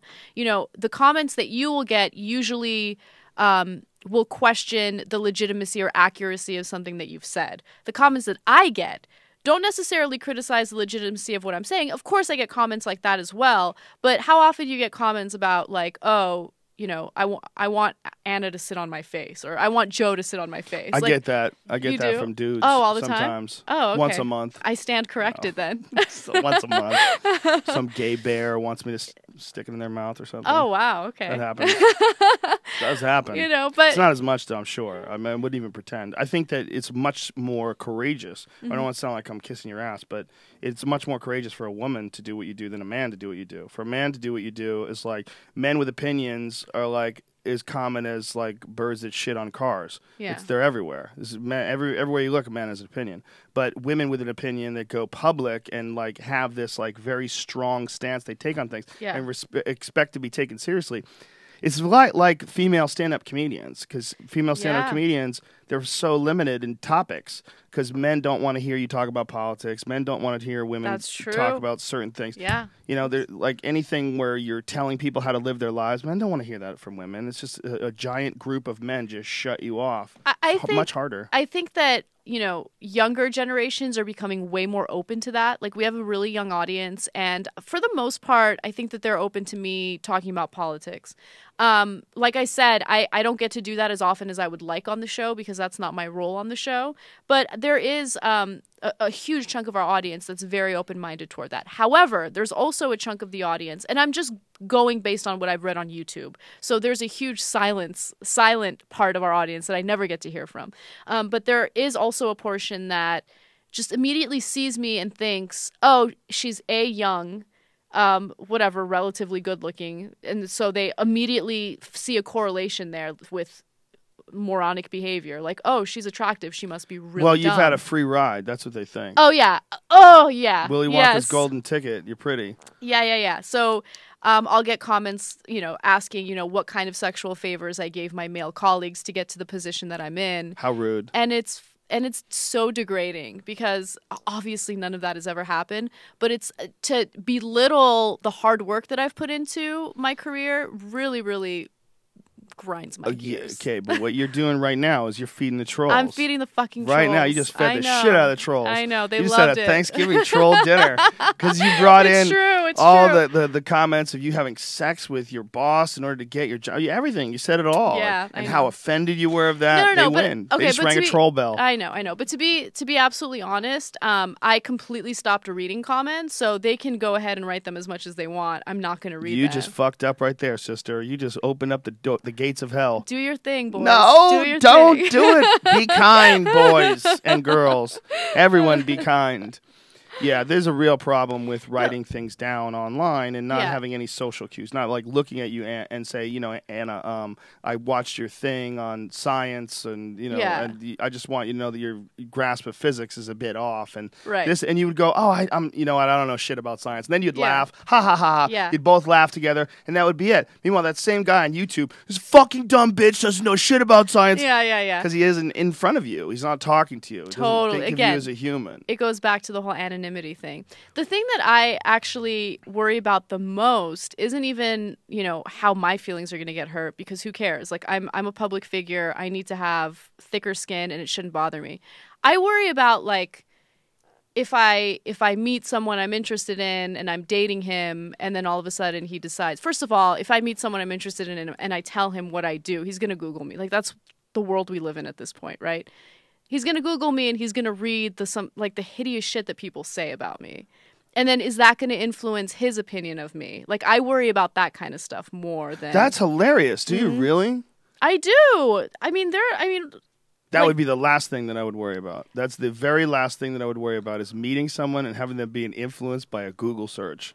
That's literally the last thing that I would worry about. I've been on the show since I was 20. And you want to know how many stupid things I've said on that show since I was 20? Many. Well, that's normal. It is normal. Anybody that pretends it's not, like, you're just weeding out assholes. Anybody that pretends it's not normal to say something stupid when you're 20 and you're on a show that permanently records it, my God, if I ever got permanently recorded when I was 20, I'd be in jail for hate crimes just for my words. Yeah. I was a retarded person when I was 20. I was too. I think fool. most people are fools when they're 20. Of course, you're basically a child. Definitely. You know? Definitely. There's no way that you should be held accountable, responsible. Anybody should ever stick it in your face, things that you did when you're, much younger. Yeah, I agree. Silly. I agree, but it'll happen. I'm but sure you're just it will. going to weed out a dummy that you You're didn't right. want in your life anyway. You're right. That's a good way of looking at it. It's the best way of looking at it. You know who you are. If that guy can't figure that out, fuck him. Yeah. Yeah. Look at me. I'm like the new Oprah for women. I'm already the Oprah for men. Giving out advice, teaching people how to fuck their relationships up royally. Oh, God. Do what you gotta do. Yeah. Yeah, it's got to be hard being a chick trying to meet a dude out there in the wonderful world of, and also being like a public figure. Yeah, that's what I'm saying. It is. But whatever. I think you're right. You do weed out the assholes, and you can't take yourself too seriously. Well, you can't date a regular dude either. You got a real problem. What do you mean? Yeah, you're a little on the smart side. Let's be honest. A little on the educated, a little on the articulate side. That's a little intimidating for guys. And we're like, you know what? I'm not gonna get shut down by this one. I'm just gonna pass. I'm not even gonna try. Do you get a lot of that where guys aren't even trying it? No. Well, really? I don't. I think a lot of dudes probably go, you know what? This is never gonna happen. Fuck. Really? And then they just stop talking to you as a result of that. Dudes will get intimidated, but that's good too, right? Then you weed out pussies. Does it suck? You want those pussies to come after you? I don't want those pussies. I don't want those pussies to exist. Like, you have nothing to be shy or intimidated about. Yeah, like, whatever. Every person can teach you something new, right? But every person that you date, they can teach you how you can get stalked now. No, but I will say that when you said you can't date a regular person, I thought like you have to date another public figure, which I'm not interested in. That's not what I meant. No, you have to date a bad motherfucker. You got to date some dude who's really smart. Definitely. I'm definitely turned on by too much work. Intelligence. Chicks like you are too much work. No, I'm kidding. Totally kidding. That's just a rude thing to say. I'm super laid back and, low maintenance. I actually am. I'm not that bad. I wouldn't think you were high maintenance, but I would think that a woman who's a public, in all seriousness, that I would think that a woman who's a public figure, a woman who's very articulate and intelligent and makes a living off of her opinions, that's intimidated for a lot of dudes, especially people that are not good at expressing themselves. Like, that's what is the big thing with relationships? It's the weird sort of expression dance that you do with each other. Yep. How does she express when she's angry? How do you express when you're angry? Who does it kindly? Who does it? Who's passive aggressive? Yeah. Who's intelligent when it comes to arguments? Dudes don't want to have an argument with you. That's fucking rough action. You argue on the internet. I haven't had an argument with a guy in a while. Exactly. They're scared. Bunch of bitches. No, I wouldn't say that. I haven't put myself out there that much, to be honest with you, so I don't have too much experience with that. I was in a really long-term relationship, and then now I've just started dating. That's where the 70s music comes in. Now I started dating. And then the dude at home hears this and goes, no, don't say that. Trust me, he's crying. No, he's not. Yes, he is. No, he's a good guy. He's crying on the fine. inside. Trust me, they all do. Me included. We all cry on the inside. Okay, go have fun. I'm fucking done. I'm done with this relationship. No. Okay. Funny thing is, I'm 100% certain he's going to listen to this. Oh, I'm sorry, dude. We're just fucking around, man. I know. Just fucking around. But I will say, like, I live in like the gayest area of Los Angeles, which means it's like impossible to meet guys near me. And you're right. Like, I don't know what to I love that we're playing porn music right now. Yeah. That's Jamie. Yeah. I don't know. I'm just having fun. So you're having a problem in your neighborhood meeting guys? Yeah. Well, I live in a gay neighborhood. Do you ever meet guys who pretend they're not gay? Like, yeah, I'm just trying to pick up chicks. Yes, I have. But meanwhile, they're really gay and they just don't want to grab it. Okay, so my best friend and I talk about this all the time. I've been on a few dates with guys that I'm 100% certain are gay.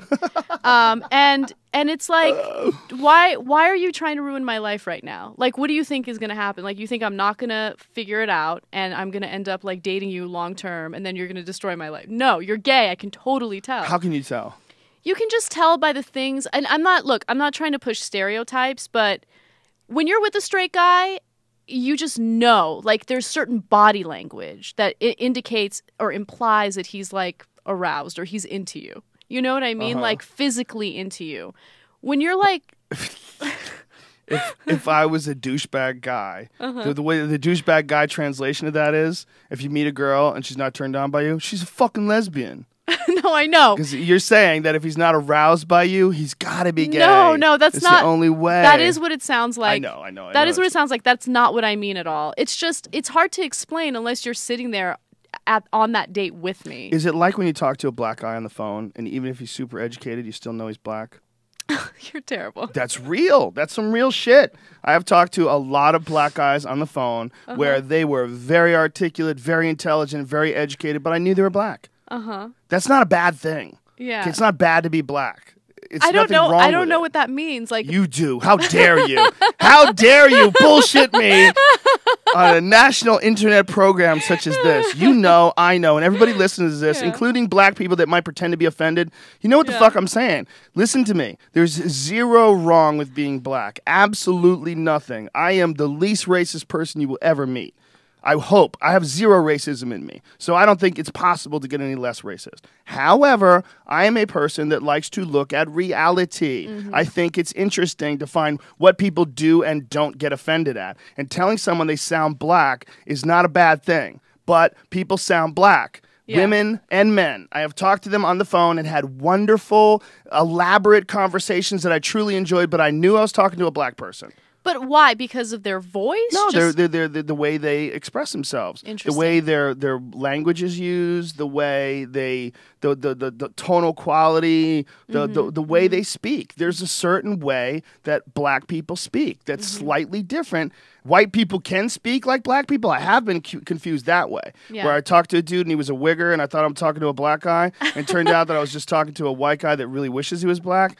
Super normal. That happens a lot. Nothing wrong with it. That's happened with a Chinese guy. That was a freak out. Yeah. I was talking to the dude on the phone, and then I met him in person, and I was like, oh, he's a Chinese dude. Oh, what the fuck? I thought I was talking to a black guy. It was weird. Yeah, that is interesting.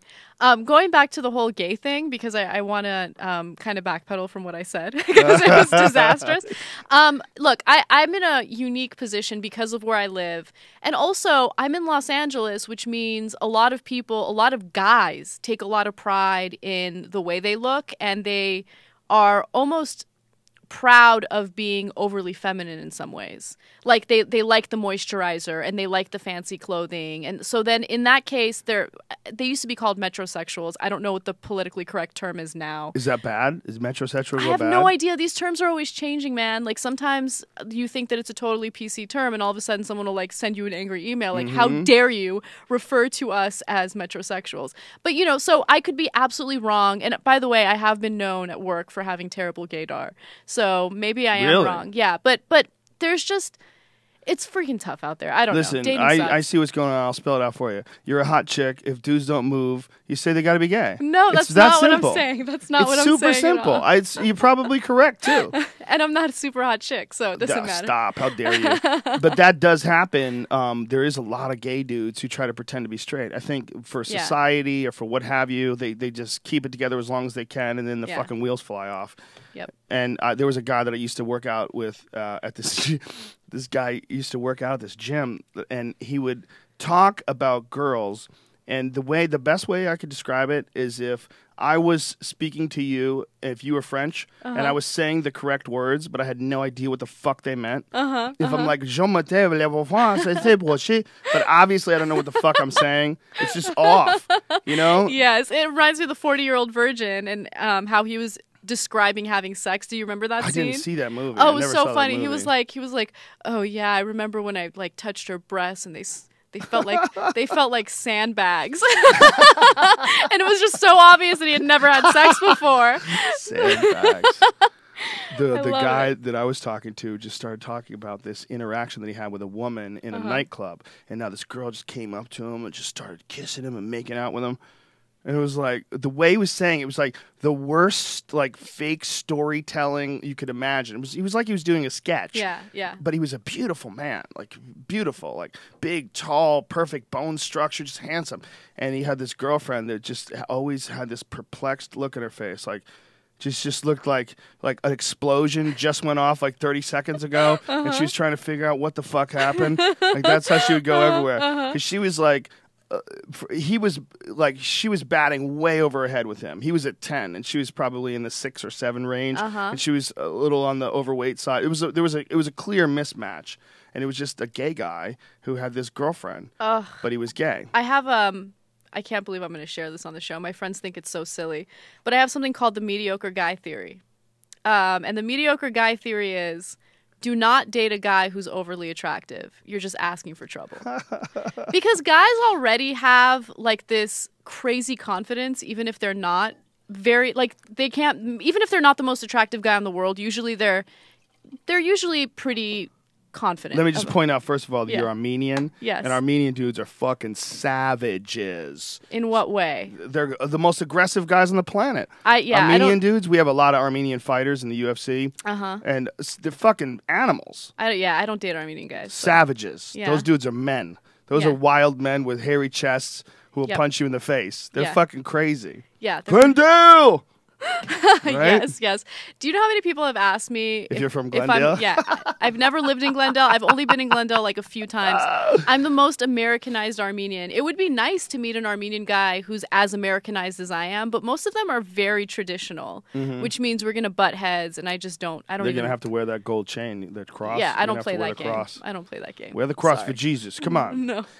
So your mediocre guy theory is... Yeah, so don't go after a guy who's extremely attractive, because he's going to get it. First of all, he's going to be constantly told that he's attractive. He's going to constantly get attention from other women. I don't want to play that game. Like, I just don't want to deal with that. You know what I mean? Wow, that's interesting. Yeah, like what you just said right now about the guy who's out of her league, right? Mm-hmm. Let's say, best case scenario, he's not gay and it's a straight couple or whatever. Dude's Right? gay, trust me. Right. But, like, you don't want to feel like the guy you're dating is prettier than you. Wow. It's You really would ever worry about that? Would you ever really ever think that a guy would be prettier than a you? man is as faithful as his opportunities. Okay? That's a Chris Rock joke. It's not a joke. It might have been his joke, but it's actually true. Well, line, yeah. Yeah. Like, if a guy is really attractive and he's constantly getting, like, Bombed on. yeah, like women throwing themselves at him, then he's going to cheat on you. There's no question. So you're better off shooting for the middle. Yeah. Well, the middle looks-wise. Yeah, so then, I want so look, you got a specific thing. looks are nice. And by the way, I'm just talking bullshit. Like, Right. I've dated really hot guys before. I believe it. Like, and whatever. But what matters to me most is like the chemistry, and I'm talking about intellectual chemistry, physical chemistry. Like, there's got to be that connection. Of course. If that doesn't exist, then I don't give a shit how good you look. Somehow or another, this has turned into the longest episode of the dating show ever. I know. Sorry about that. No, those shows were great. They don't do those anymore. You never have dating shows now because of stalking issues, I think. Remember they used to have those, the dating game, and people would they would be wearing those weird suits with the fucking bell bottoms, and they'd tell what they would do. Bachelor number 1. Yes. If I met you and I was on a beach looking for shells and you wanted to get my attention, what would you say to me? Is that your clam that I just no, it's Yeah, fucking those don't idiots. exist anymore. No, I don't think Yeah. they can. Yeah. I think there's too many legal issues. Yeah, they were super cheesy anyway. Do you find that you meet guys like inside your community and like dating like other reporters or journalists or people in that world? Yeah, I mean, there have definitely been some people I've run into where I'm like, oh my God, he's super smart. He's a good looking guy. Like, we should probably go on a date or Except whatever. he's gay. No? That's not the case. I feel weird. I feel weird dating someone that I work with, Right. or someone that I'm going to run into often with my career, because I don't want to burn bridges. It might end disastrously. So I just don't want to do that. And plus, on top of that, I'm more interested in dating someone who has a completely different career than mine, because I want to learn something from someone I'm dating. We're very lucky Brian Redband's not here right now, because he would be fucking throwing himself at you. The normal dude is here. He'd be like, "Man, we're different. He would, right? I'm a comedian. We're totally different. Do you worry at all that with the stuff that you're doing that there'll be repercussions? Do you ever think, like, when the Michael Hastings thing went down, did you guys freak out a little bit? Of course. What did you think happened there? For folks who don't know, tell the story of what Michael Hastings did and then what happened to him. Yeah, so Michael Hastings was one of the few real journalists left in the U.S. He was one of the few journalists who actually gave a shit about holding politicians accountable for their actions. And he was so driven. He was one of the most driven people that I've ever met in my entire life. He made me feel like shit about my career on a regular basis, because he was so inspiring and so just hardworking and determined, you know? So he broke the story about General Stanley McChrystal. Basically, long story short, Stanley McChrystal was saying some crazy shit about Obama, basically criticizing him behind closed doors. Michael Hastings wrote a Rolling Stone piece about it, and the Obama administration forced McChrystal to resign. So that was a really big story. Michael Hastings won awards for it, and that kind of put him on the map. He wrote many great books, and he was just a great journalist. But the most important thing to keep in mind is he was one of those people who was fearless when it came to holding the government accountable. Okay, and you don't see that often. Then all of a sudden, in June of 2013, he gets into this really mysterious car accident at 4:20 in the morning, 4:30 in the morning, around then. And he was speeding in this silver Mercedes, and he crashed into a palm tree. And the car exploded on impact, and everyone was wondering whether or not this was something that was basically orchestrated by the government, or if this was a real accident. Now, in terms of, those rumors and the conspiracy theories, I feel very irresponsible speculating one way or another. I don't know what happened. Right. No one knows what happened. All I do know is I worked closely with him at the Young Turks. He was on our show often. I co-hosted a few episodes with him. And I remember sitting in the makeup chair getting ready to go on air when I found out that he had died in this car accident. And I've never felt the way I felt in that moment. It was like a ton of bricks, like had just fallen on me. And I was just like tearing up, and I couldn't believe it. And so I wanted to do an investigation. We don't have the resources to do a full investigation into this, but there were so many weird, crazy aspects of it that didn't make sense. Like his engine being tossed so far away from his car. The fact that the car exploded. I contacted Mercedes-Benz. They refused to answer any questions. And I asked them, I'm like, look, don't comment on the Michael Hastings story. Comment on what happens in your crash tests. Is this typical of a crash? And they would not answer any questions. I tracked down the one witness that saw the entire accident from beginning to end. He was Mexican. He only spoke Spanish. And we got a translator, and he told us exactly what he saw. And he said that Michael Hastings was, in fact, speeding really, really fast. But that doesn't really answer any questions either, because some people are wondering whether or not the government can manipulate his car to make it accelerate to the point where he gets into a crash. I don't know. I've read stories where it's possible, but it's very, very difficult to do. So again, I feel uncomfortable speculating. But what I do know is his family, including his brother, have said that he was increasingly paranoid leading up to the accident. He was unstable. His brother was really concerned that he was, abusing drugs, which is why he flew to Los Angeles to help him out. His brother, I think, was the last person to see him prior to the accident. At least that's what he's alleging. And I don't know what happened, but it did have severe ramifications for people who want to be investigative journalists. Because if that fear does exist, if that is even a possibility, it's going to deter you from doing real investigative journalism. It's going to deter you from holding the government accountable because you know that the NSA is watching every fucking move. You know that if you're watching the wrong kind of porn or if you're doing something that's a little questionable according to societal morals or norms, then the government can find that and they can leak that to the public and they can destroy your reputation. Do you as a journalist want to take that risk to do what a journalist is supposed to do? And I think a lot of people out there are unwilling to do it, and I don't blame them. It's scary to know that the government can come after you if they wanted to.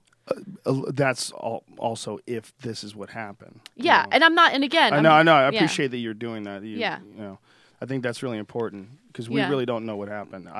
I looked at it when it first happened. I was pretty freaked out too because I was like, wow.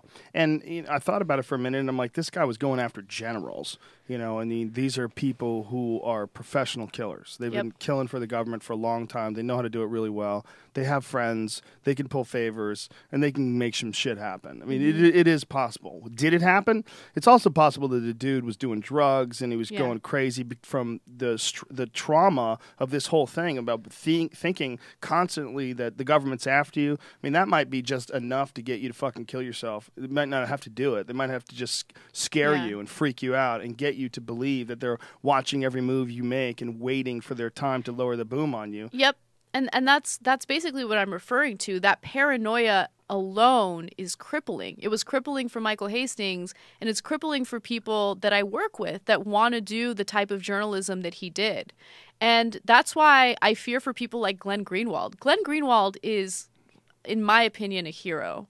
I look up to him so much. He's the one who broke the Edward Snowden story. He's the one who's, revealing things that Americans should know about. What frustrates me is a lot of Americans feel that someone like Edward Snowden is a traitor. He's not a traitor. He's telling you about how your civil liberties are being violated. This is the kind of stuff that should make people want to stand up. Instead of having a discussion about what we should do to stop the government from spying on us, we're having ridiculous conversations about whether or not Edward Snowden can be considered a traitor or an American hero.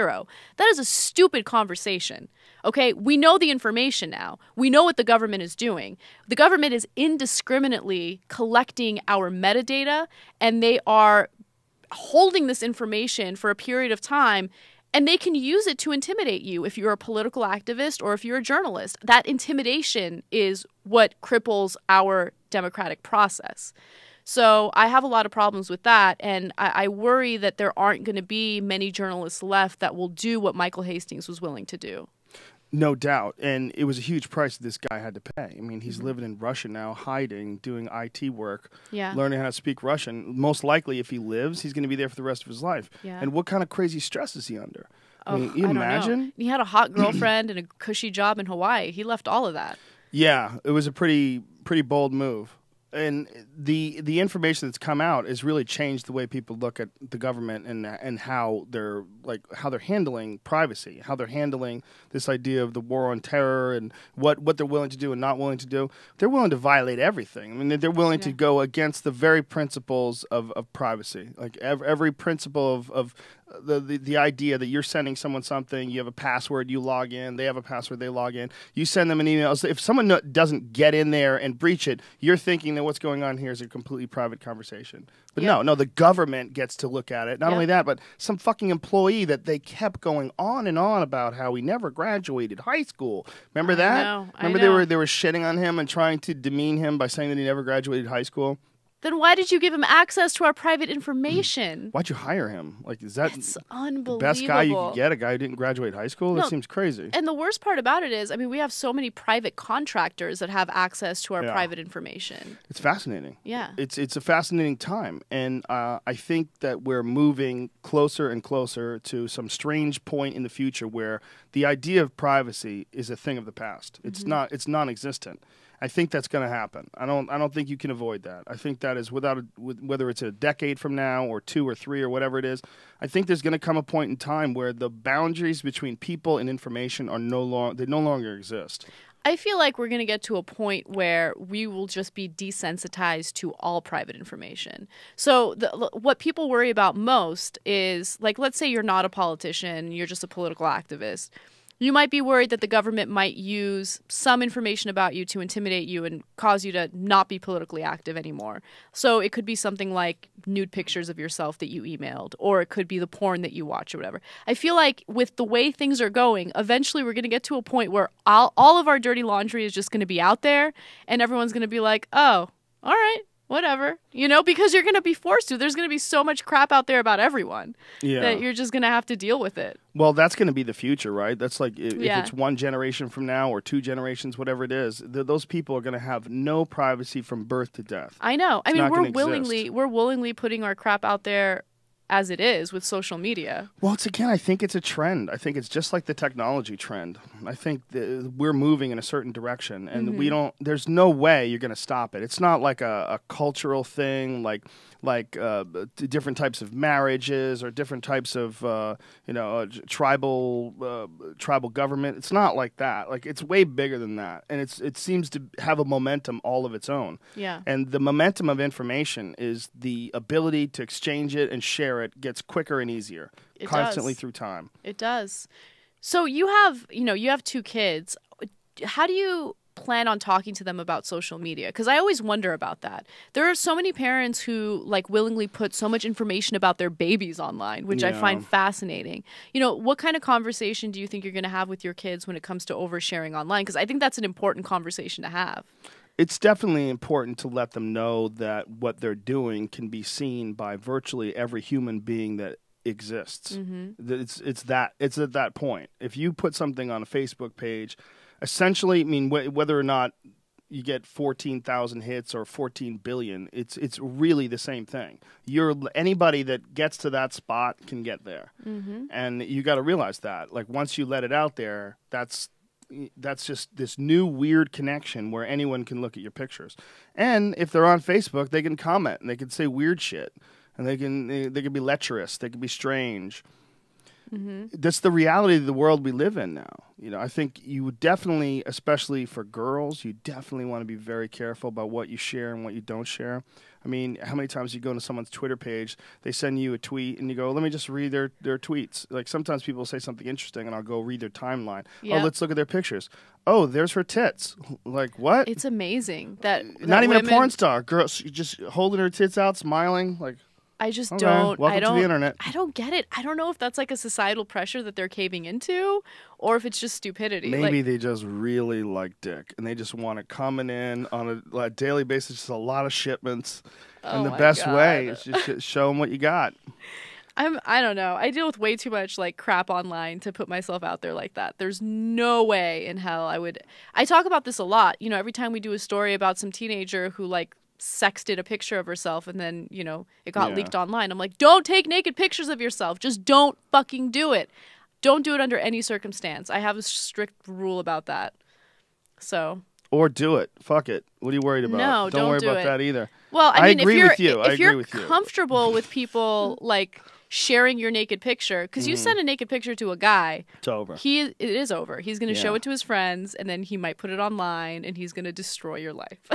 And the thing is, we still live in that puritanical society where if that naked picture surfaces at work, you could lose your job as a result of that. That's ridiculous. Yeah. Did you hear about the guy who got lost his job because he was Mr. T for Halloween? He was in Toronto. He was Mr. T, and I was like, this country's going crazy. And people are like, that's not even this country. I get it. I know. It's an expression. He put on blackface, so they fired him. He was a teacher. He was trying to be Mr. T. How could you be Mr. T without blackface? Like, are you really saying this? Is there something wrong with that? He's wearing a fucking outfit. It's not like he's putting on a minstrel show and singing "Mammy" and got big fake lips, and that's not what he's doing. I know, but look, Canada might be a little different, but blackface has a really dark history, especially in the United States. You think if you play Mr. T, wear blackface, I don't think you should fire. I do think it's bad. I don't think you should get fired. I don't think. Oh my God. I don't think you should get fired, but it's offensive. It's offensive. So I can. It's offensive for a Halloween costume? Yep, I think it is. That's hilarious. Yeah. What if you wear red face and if you want to be an Indian? Can you do that? Is that offensive? That's pretty offensive too. Okay, what about yellow face? That's pretty offensive too. What? Why can't you be Mr. T without the blackface? Nope. People are going to get that you're Mr. T. Mr. T. That's fucking ridiculous. Okay, though. What about Soul Man? That movie where the guy wore blackface through the whole movie? Remember that guy? I don't even know that movie. So Oh, how dare you?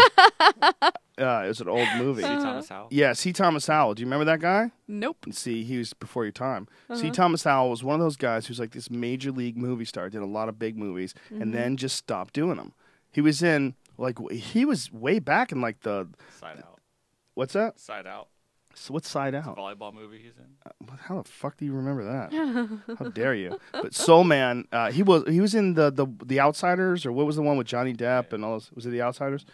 And he played a guy who wore blackface, and, like, pretended to be a black guy for something, like to get in college or something like that. And I mean, through the whole movie, he wore blackface. So you think there he is? He's black. Isn't that hilarious? Yeah, He's a black guy in school in blackface. This was like in the 1980s. Look at this. He's got a Jerry Curl wig on. That's insane. I don't know. Is that offensive? The standard is probably a little different in movies, but I don't know. Movies are more real than Halloween. Is that what you're saying? No, movies are not more real than Halloween. I think that given the history of blackface and given how offensive it is to the black community, why go there? Why? I don't understand. I don't understand the value of it. Okay, so you want to look even more like Mr. T or whatever. Like, just, it's fine. You can do it without doing the blackface. Given our history and given how offensive it is, just move forward. That's hilarious. I couldn't disagree more. I think it's just an outfit. I think if you're really pretending that if you're a completely non-racist guy and you put some paint on that makes you look more like an African American, that somehow you're doing something offensive, I think that's silly. I think the idea of a white person pretending to be a black person is just as weird as the idea of a black person pretending to be a white person, but who gives a shit? If a black guy puts whiteface on and does that thing that Dave Chappelle used to do in his show where he pretended to be a white man reading the news, you know, with white paint on, nobody gave a fuck. Yeah, well, white people were not made fun It's of true. and discriminated against and freaking lynched and murdered. And Did you see Pineapple Express? Is that what it is? Thunder. Tropic Thunder. Tropic Thunder with Robert Downey Jr. where he wears blackface through the whole movie. I did not see that. Fucking beautiful movie. What do you mean, you He people? played a black guy in the entire movie. That's So you really that's a black really guy. interesting argument, and I might reconsider my thoughts on it. But based on where I stand now, I just feel like, look, I feel really uncomfortable with it. Just because how society would make fun of black people by making white actors put the blackface on and you know, mimic them and make them seem like they were morons and they were less than. It just has such a dark history. So if people find it offensive, I'm definitely empathetic toward that. So Al Jolson basically fucked up Halloween. That's what you're saying. Definitely. With all that stupid blackface and racist bullshit. I think if you're racist, you're racist. And I think if you're not racist, then there's nothing wrong with pretending to be a black person. If you're going to be it for Halloween. I mean, it's one thing if you're like mocking black people in general, that's offensive, but you're a guy, a specific guy. You're Mr. Yeah. T. You got gold chains on. It's Halloween. Dude, there's Dave Chappelle pretending to be a white guy. Reparations for slavery. Well, today the That's first real checks were racism sent right out. there. Yeah. Thanks, Chuck. By the way, he doesn't look white at all. He doesn't. That was a terrible. Just as bad as C. Thomas Howell pretending to be black. Yeah. It's equally confusing. That's funny. I don't know. I see your point, though, and I appreciate it. I appreciate that where you're coming from. It's like, why do it? It's not worth it. And it's not worth it. I mean, I wouldn't want to be Mr. T for Halloween. Yeah. And I see your point where it's different in a movie, I guess, but I don't think it wouldn't bother me if one of my friends was Mr. T. I wouldn't be like, Yeah. man, you're fucking racist, bro. You have makeup on. You're racist. Like I There was a story about these two women in England, or two girls in England, and they were dressed as the World Trade Center on fire after the attack. Oh, I saw and that. they had people, like little fake people, jumping out of the costume. And to add insult to injury, they were part of this costume contest and they won. They won best contest best costume. So like, what amazes me is how little people think these things through before they do it. You see what I'm saying? Yeah. Like, I mean, there are some things that you just do not mess with, and that's a perfect example of something you don't mess with, especially considering that there are family members that lost people as a result of those attacks, family members who saw their own family members jumping off those buildings. And then you have these two dumbasses wearing this stupid costume kind of making fun of that situation. It's just there's some things you don't mess with, and that's a perfect example of it. Well, I think it's another example of really dumb people getting together and convincing each other that everything's going to be cool. Yeah. Like, Yeah. oh my God, it's such a great idea, isn't it? Look, I have fire. But apparently, oh my God, amazing. In their little bubble, it was a great idea because they won. Yeah, you could pull that off if you lived in a small town in Alaska before the internet. Yeah. You know, when people didn't know any better.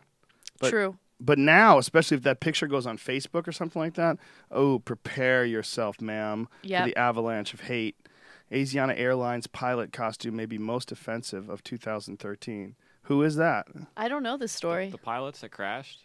The pilots? That plane that crashed in San Francisco a couple months ago? What was their...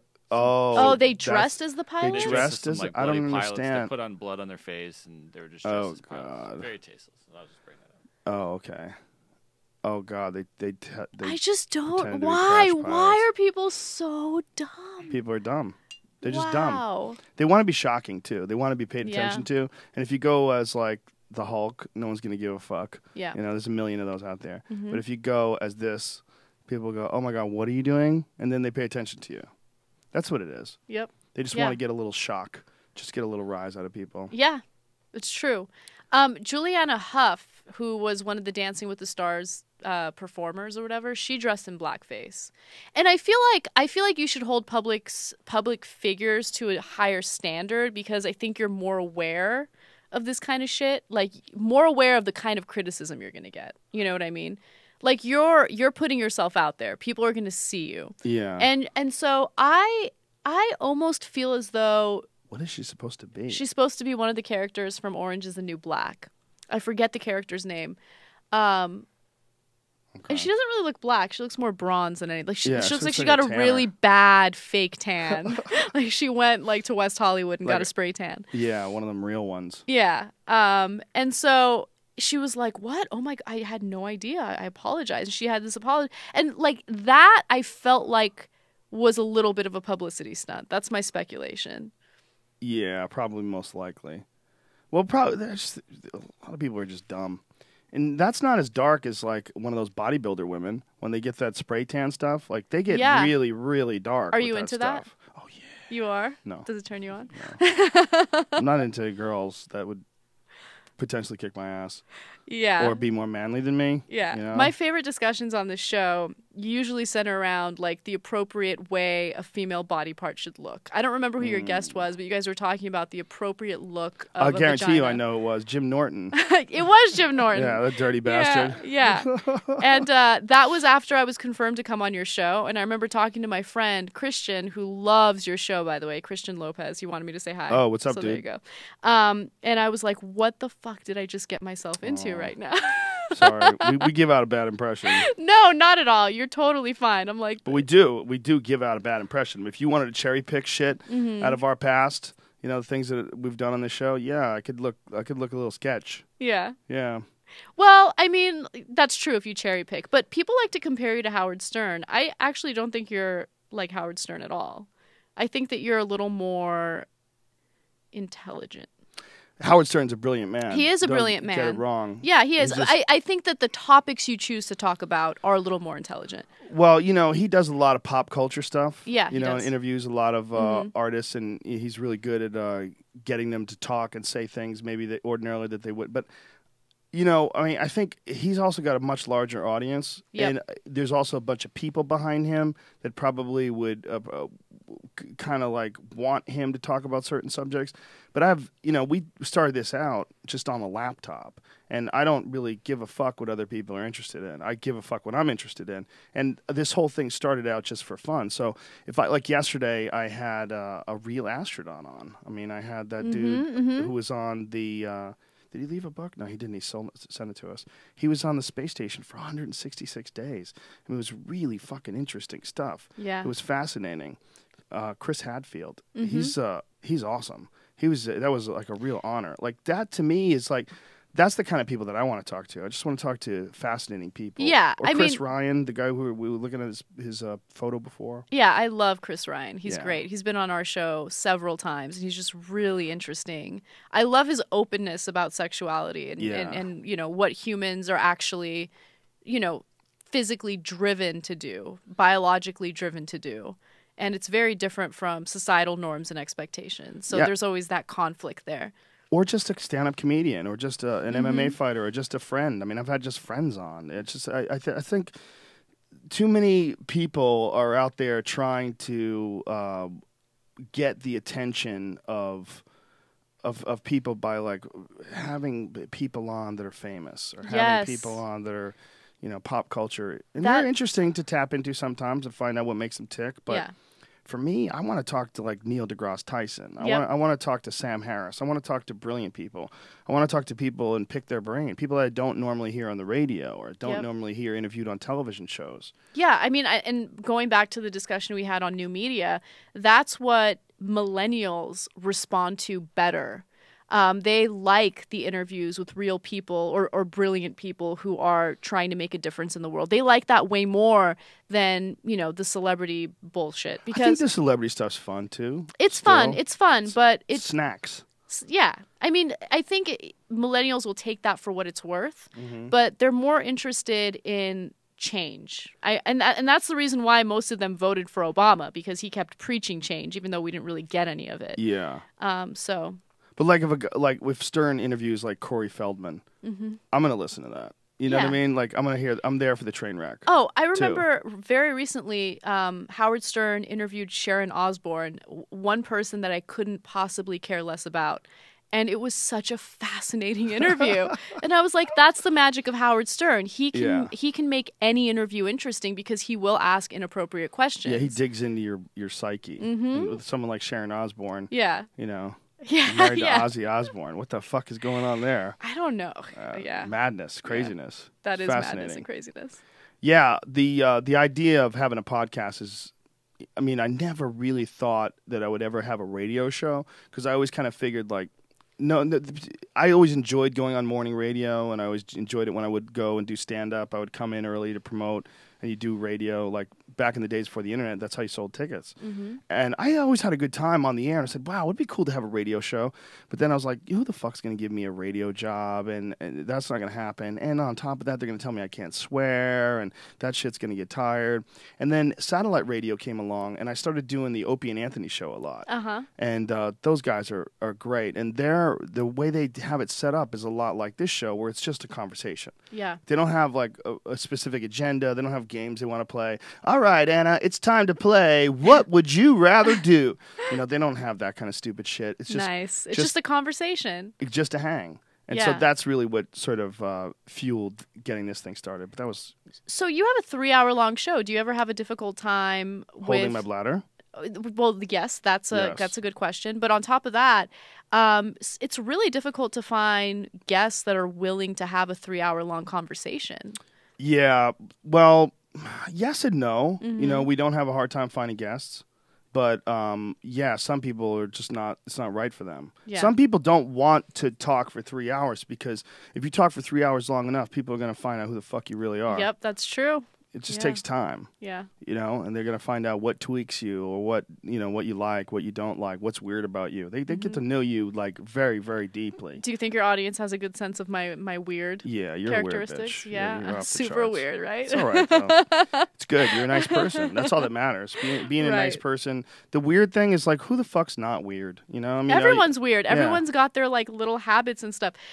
I was talking to my friend about how important it is to be open-minded, especially at this point in our lives, like when we're, willing to meet new people and make new friends and all that other stuff. And like, you come across people that have certain habits that are just strange. And when I was younger, I'd be like, ugh, like I don't want anything to do with this person. And now I love this. I love that I've grown into this person where I will step back. I'll realize that something's weird and it'll make me uncomfortable. I'll ask why it makes me uncomfortable. And I'll be like, all right, that's fine. It's not something that's going to hurt me or damage me. So live with it. It doesn't bother me. You know? If you're out with people and they're holding hands and you're like, so what's your deal? And they're like, oh, we're swingers. We like to go swing club. Fuck it. I mean, if you're swingers, like I don't want to join you guys, exactly. but no one does, by the way. You do you. Yeah. They're always disgusting humans. I don't know. I've actually never met swingers before. I met 2 swingers in my whole life that were like out and out telling me they were swingers, like introduced themselves as swingers. One of them, Ari and I were in Nashville. We were doing stand-up. and this guy was driving us around for 2 days. And he was a limo driver, and it was just like, yes, sir, no, sir. And then finally he's dropping us off at the airport, and the dude just opens up the floodgates and just starts talking about swinging and what he does and what he likes to do. And, you know, I don't really like to watch my wife get fucked, but sometimes she likes watching me have sex. And, you know, if I don't feel comfortable about a guy, I can tell her no. And we were like, what? Like, what? I wonder what kind of guys he's uncomfortable with. Big ones. Probably. And yeah, he's probably a fan of the mediocre guy theory. Absolutely. Yeah, you don't want to let your girlfriend get gorilla fucked by some giant lineman in front of you. You know, that would be horrendous. Yeah. That's the last thing you want. So he can like give the red light. He will save himself for a guy who's coughing. You know, a man with a limp. You know, take him, honey. I don't want him. He'll show you a honey. good time. He's a good-looking guy, honey. Yeah. Yeah, just try to find some guy who's like less endowed than you, less virile than you. Yeah, that's understandable though. You don't want to deal with that competition. I guess. It's just sad. We had a conversation about like furries on the show before. Oh. Yeah. And so I don't see anything wrong. I mean, I don't prefer furries, don't get me wrong, but like whatever, they like to dress up as animals when they're having sex. Like I don't care. If that doesn't bother, like if I found out someone I'm hanging out with is into that, then I would just be like, all right, you're into that. It's totally fine. Really? So if you were dating a guy and you found out that he was into being a furry and he would go to furry conventions and they'd sniff each other's fake butts and bounce around like squirrels, you'd be like, that's fine. I don't have a problem with that. Come on. You would judge him. I'm not in that. Okay, I would like to say that I would not judge him. I would judge the shit out of a girl. If I was dating and I met a girl and we're hanging out and she's pretty cool and then she's like, well, there's this one thing that I really like to do. I like to pretend to be a chipmunk mascot. And I put on my chipmunk mascot outfit on and I go to these conventions in Pittsburgh. We all fly in with our furry outfits on and we dance around together and we pretend to have sex, but no one really penetrates anybody. Yeah, look, it is what it is. I feel like there are worse fetishes out there. There absolutely are. Like guys who like to wear diapers and they like to get changed. Like that kind of stuff scares the hell out of me, right? How do you even breach that conversation? I don't even know. I don't know how. I give them furries, for instance. I give them props because how do you find someone who's willing to deal with your fetish? Well, I think there's something in being willing to deal with almost anything that's like extra attractive.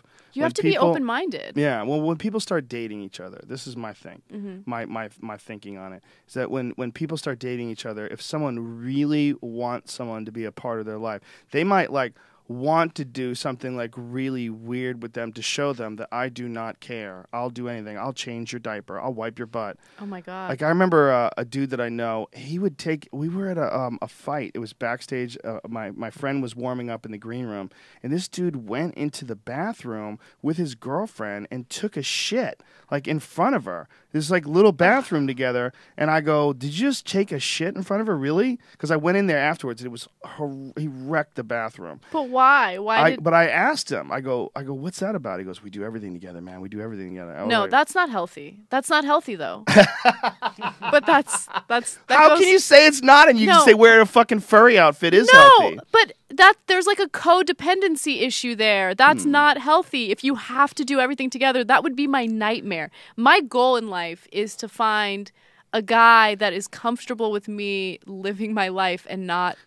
This dude's right now writing on Twitter, I am comfortable with you living your life. And I feel like sometimes, like, my issue is I'm too, like, wrapped up in my career bubble, and I'm really attracted to, like, independent guys that don't want a girl who's, like, always on him. Like, guys pretend like they don't like that, but they do. They want a girl who's all about him all the time, and I'm just not that kind of person. Especially if you have your own career. Yeah, that's too inconvenient. I love it. Is it inconvenient? Some people. I love like independent, strong people. Like that's the biggest turn on to me. Not me. I like them weak, dependent. I like a lot of people do. A lot. I like that. I like when people get sick a lot. I like when people need you to get them soup and. A lot of people do like that. I guess codependency is a real issue. Yeah. Well, people want, I mean, isn't that really the mediocre guy theory? That you want to make sure it doesn't go anywhere? No. Sort of similar. And by the way, I don't In a even, bit of a way. just to be completely crystal clear, my mediocre guy theory is a little bit of a joke. Like, I understand. Like, obviously, I don't want a mediocre guy, and obviously, I want a guy that I'm physically attracted to. But I do believe that a guy is as faithful as his opportunities. Same goes for women, by the way. It's not just men. Those dirty bitches. I can't even believe you're saying that. Yeah. Well, you know what? It's especially human beings when they're not like. If you haven't found someone that enthralls you or someone that you're like deeply locked in with, it's real easy to like lose a relationship. Like you got a relationship and it's like, you know what? I'm not investing any more time in this. And then boom. And guys are always worried about the music ending and then being left without a chair. You know, like, hey, you know, you're playing musical chairs, the music stops and there's nowhere to sit down. No one wants me. And that's that thing that a lot of people want someone to want them. And if they're dating an independent woman, they realize, like, this chick, whether she enjoys your company or not, she could do without you, dude, and she's fine. You know, that freaks guys out. A lot of guys, they want some girl who's, like, waiting by the phone, and when you call her, oh, my God, I was so happy you called. Should I say that? You know, they love stupid, bet you would. That's such bullshit. Not buying it for a second. No, it's true. It's the same reason why, like, people pretend they like to fight. Like, men, like, always say, like, oh, if I was a black belt, I'd go to the UFC and kick everybody's ass. That's not what you don't understand what you're saying. What you're saying is you would like to beat somebody up, but you don't really actually want to fight. Because the fighting is fucking brutal, and somebody might beat you up. You could lose. It's not guaranteed. Yeah. It's a risky, wild. The whole thing, the whole proposition is incredibly risky. So are relationships. Relationships are unbelievably risky. Of course. So a lot of people don't even want to enter in a relationship. They just want to smash it. They just want to go in there and kick somebody's ass. The same way they want to go in there and kick somebody's ass in a fight and not actually be in a fight. They don't want to date some girl who's smart, intelligent, is going to see through my bullshit, and I can't use all the stuff that I learned in my pickup artist book that I've been reading for the past 6 months. You're going to see right through that, and you're going to, pick out the flaws and all my arguments. Fuck that. I'm just looking for a dumb chick with a limp that I could dominate for a short amount of time and then bail. That is a sexy man right there. It's a weak dude, but there's a lot of them. Yeah. And it's because people are scared of failure. I've met some really like strong, intelligent, confident men, and I love that. Oh, they exist. They exist. They're very, very rare, but they exist. I shouldn't even say they're very, very rare. How do I know? It's not like I've been dating like a billion guys, right? But they exist, and when I say that I like the independence, it doesn't mean like I don't need him. It means this person makes me a better person, and I want to make him a better person. We have this strong bond, this strong partnership, but we don't suffocate each other. I think a lot of relationships are suffocating, and I want to avoid that at all costs. You know what I mean? Yeah, it's tough to not be suffocating sometimes if you're scared.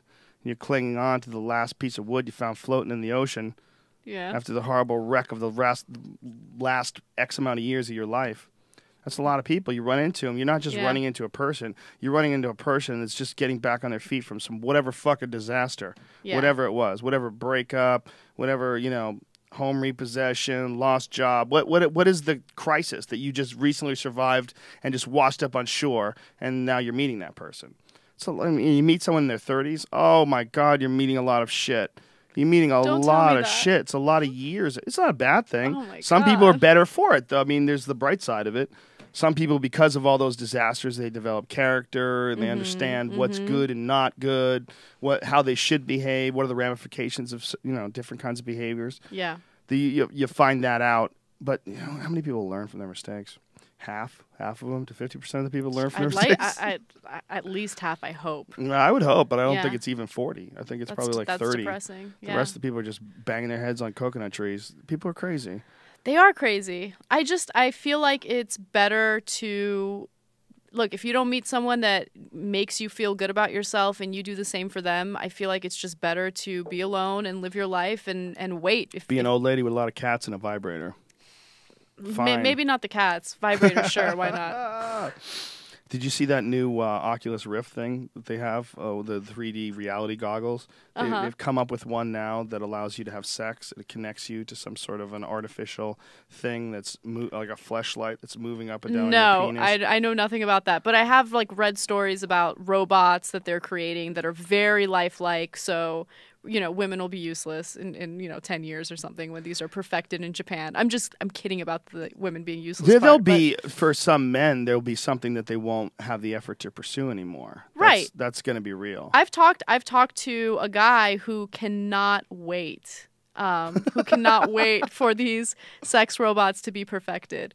So he's like totally honest about it. He's like, yeah, they're so lifelike that you can like have a relationship with a sex robot. And it's like I don't even know what my response should be to that. You don't. That worries me. It will always be an empty, hollow relationship. There's always going to be something missing from it. You're always going to want to have sex with them, maybe. Yeah. If they look like super hot and they're robots, but hanging out with them, there's going to come a point in time where you realize that this is just a bunch of circuits, just a bunch of electrical impulses going through a board, definitely staring at you and coming at you with some pre-recorded voice. Yeah. It's going to be weird. People are always going to... Part of what people like about people is that we're all in this crazy thing together. Yeah, that's true. And going back to the necessity of human interaction, in some Asian countries, prostitutes offer something called the girlfriend experience. And they probably do that here in the United States too, but I distinctly remember talking about it in Korea, I believe. And they don't just have sex with the guys. Like in some cases, they never have sex with the guys. The guys will pay for the girl to be like a girlfriend, where she's like nurturing and caring and cuddles with him and watches movies with him and stuff like that. And that actually gave me a little bit of faith in humanity, because that showed me that there are people out there that just want that, that connection. They want more than that physical, raw interaction. They want something emotional. Yeah, there's always going to be that, but they would like to fuck as well. That's true. The problem is a lot of times the girlfriend experience is $50, whereas the other thing, if you want to actually have sex, like $125. So you have to budget your, if you're living in Japan in a tiny So you're apartment, not buying it? Like you no, think, not really? No, there's guys they're cuddling because they do want to cuddle, but they definitely want to move to the next level. I don't think you're giving guys enough credit. I think that guys, they like to pretend like they don't have any emotional connection or want that emotional connection, but a lot of them want. Oh yeah, no, don't get me wrong. I'm not saying that. Men definitely want an emotional connection with a girlfriend or a wife or a woman in their life. Label it in any way you want, but they also want to fuck. So yeah, if they can't get nature. that, if all they can get is cuddling, they'll take the cuddling. But they would like a little bit more. It's just natural. Like, why would someone be affectionate with me but not want to please me all the way? Why can't I get rid of this throbbing thing? That's just a natural. I mean, it's as natural as eating one piece of your food and wanting to eat the rest of it. Yeah, it's natural. It's completely natural. Yeah. So there was a thing recently where a woman was like making $90 an hour cuddling with people. She was like hiring herself out to cuddle with people. I couldn't do it, but make money. All I was thinking of, like, what a dangerous situation that is for the girl to be with some man holding on to her, like in like very close proximity. Like, how many guys are just going to start beating off on her back? How many guys are going to be cuddling with her and try to rape her? It's like, I wouldn't trust a guy to cuddle with him like that. Me, as a guy, I wouldn't trust a guy. Yeah. Like, we're not cuddling, dude. Look, I don't know what the legality of that is, but it does go back to the whole prostitution issue and how important it is to legalize and regulate it and create a safe environment for women to do that type of stuff, so you can actually mitigate or minimize, those types of instances where a guy will be abusive or do something degrading or demeaning. The worry is also, always that you're promoting it. And then if you make prostitution legal, and the people are going to go to prostitution that would never go to prostitution before. So what? Wow. What kind of a woman are you? Who are you? I'm a woman with an open mind. You need to get together with those lawyer women and all of you. Sell your vaginas down the river. Just sell them. I just feel like people who want to have relations with a prostitute are going to do it anyway. And if legalizing prostitution somehow convinces someone who wouldn't otherwise go to a prostitute to go through with it, then okay, like there are worse things in the world. It's sex. So what? I agree with you. I'm obviously playing devil's advocate, but what was it that being on the show changed where you had this shift in your attitude about legalized prostitution? I worried about the safety of the women that put themselves in that situation, and also the safety of men that put themselves in that situation, because if you regulate it, you can ensure that these women are getting tested for STDs. You don't want a bunch of people getting, AIDS or other sexually transmitted diseases. Pregnant. A regulated industry in this case would be much better than, criminalizing it and allowing people to harm themselves or be put in a harmful situation. And on top of that, here's another thing I don't want to do. I don't want to waste our resources on incarcerating people for these so-called sex crimes, because I don't see prostitution as a sex crime. I see it as normal human behavior. People want sex. Some people, unfortunately, have to pay for sex. But if that transaction has to happen, let it happen. Let it be regulated. Let's get it off the streets and put it in a place that's safer, that's just better for society. No, that's a totally rational way of looking at it. Yeah. And unfortunately, we have this weird attitude when it comes to sexuality. And we have this weird attitude when it comes to naked people. I mean, you remember that Janet Jackson thing? We showed a nipple in the Super Bowl and everybody lost their fucking mind. Yep, I remember. We're really weird in that way. It's okay to give someone a massage. You could rub their feet till the cows come home with oil. You could rub them. They can moan out loud. Oh, my God, this feels so good. Nobody has a problem with it. Rub my back, but don't touch my dick. Whoa, that's a crime. That's a crime. Even though it would feel fantastic if you did. Can't do it. Do you consider that cheating? Like if you are married and you are married, but like if you were to go to a massage parlor and get that done, would that be considered cheating? I definitely think it would get you in a lot of trouble. Of course it would get you into a lot of trouble. It seems like someone would not be happy about that. But it would be awesome if they were. If you could just go and... What if they wore a mask, like one of those Mexican wrestlers? You didn't even know what they look like. You go in there with like a Wolfman mask on, and they could dress like a Mexican wrestler. You don't even look at each other. You both wear sunglasses. It's just like a massage. In a situation like that, it's really not that different. Yeah. That's the reason why they do it at a massage parlor. Right. And the guys, pro tips, guys actually get a massage and then get a happy ending. They don't just go right for the happy ending. The legit pros, they sit there, they have a real massage first. How does that conversation come up? Like, how do you find a massage parlor that is willing to do that? There's websites. There are. Yes. Fascinating. There's websites that'll tell you where the spots are, and like they'll rate places with stars and detail their hand job experiences. Wow. Yeah. And of course, it doesn't just stop at a hand job. It goes further than that in some cases, right? Allegedly. Allegedly. Yeah, it's one of those weird things where we've decided that people can do it for free and no one gets hurt. Yeah. But if they do it for money, it's illegal. And the logic behind it is very weird, and the logic behind the laws are, there's morality ideas, there's ethics ideas, but the reality is that money is going to be changing hands whether you like it or not, and most likely it's not going to get taxed unless it's legal. Yeah. It's just going to move into the economy in some sort of a weird way. But the government in that and also in drug laws, they're fucking themselves out of massive amounts of revenue. I know. The war on drugs is the most colossal fucking failure of a war in the history. You guys, during the time you're at war, the business got bigger. Yep. It got way huger everywhere in the world. It's a huge part of the economy, and the business has become medical in California, 16 other states, legal in 2 states now legal in Portland, Maine. It's the worst failure of a war ever. It is. And when you look at the war on drugs, specifically the war on marijuana, very little of it has to do with stopping people from using these drugs. Most of it has to do with paying for correctional officers, paying for private prisons, paying for private contractors, even private contractors abroad who continue to amplify the war on drugs. People are making a ton of money off this prohibition, which is why it continues and it'll never stop. And I love that we're seeing the snowball effect with the legalization of recreational marijuana or recreational use of marijuana. There was recently a small town in the East Coast that legalized it. I believe it was in Maine. Yeah, yes, Portland, Maine. Maine. Yeah, it was Portland, Maine. They just legalized it. And it was more of a symbolic thing because, of course, state laws and federal laws will trump, whatever municipal laws have been passed.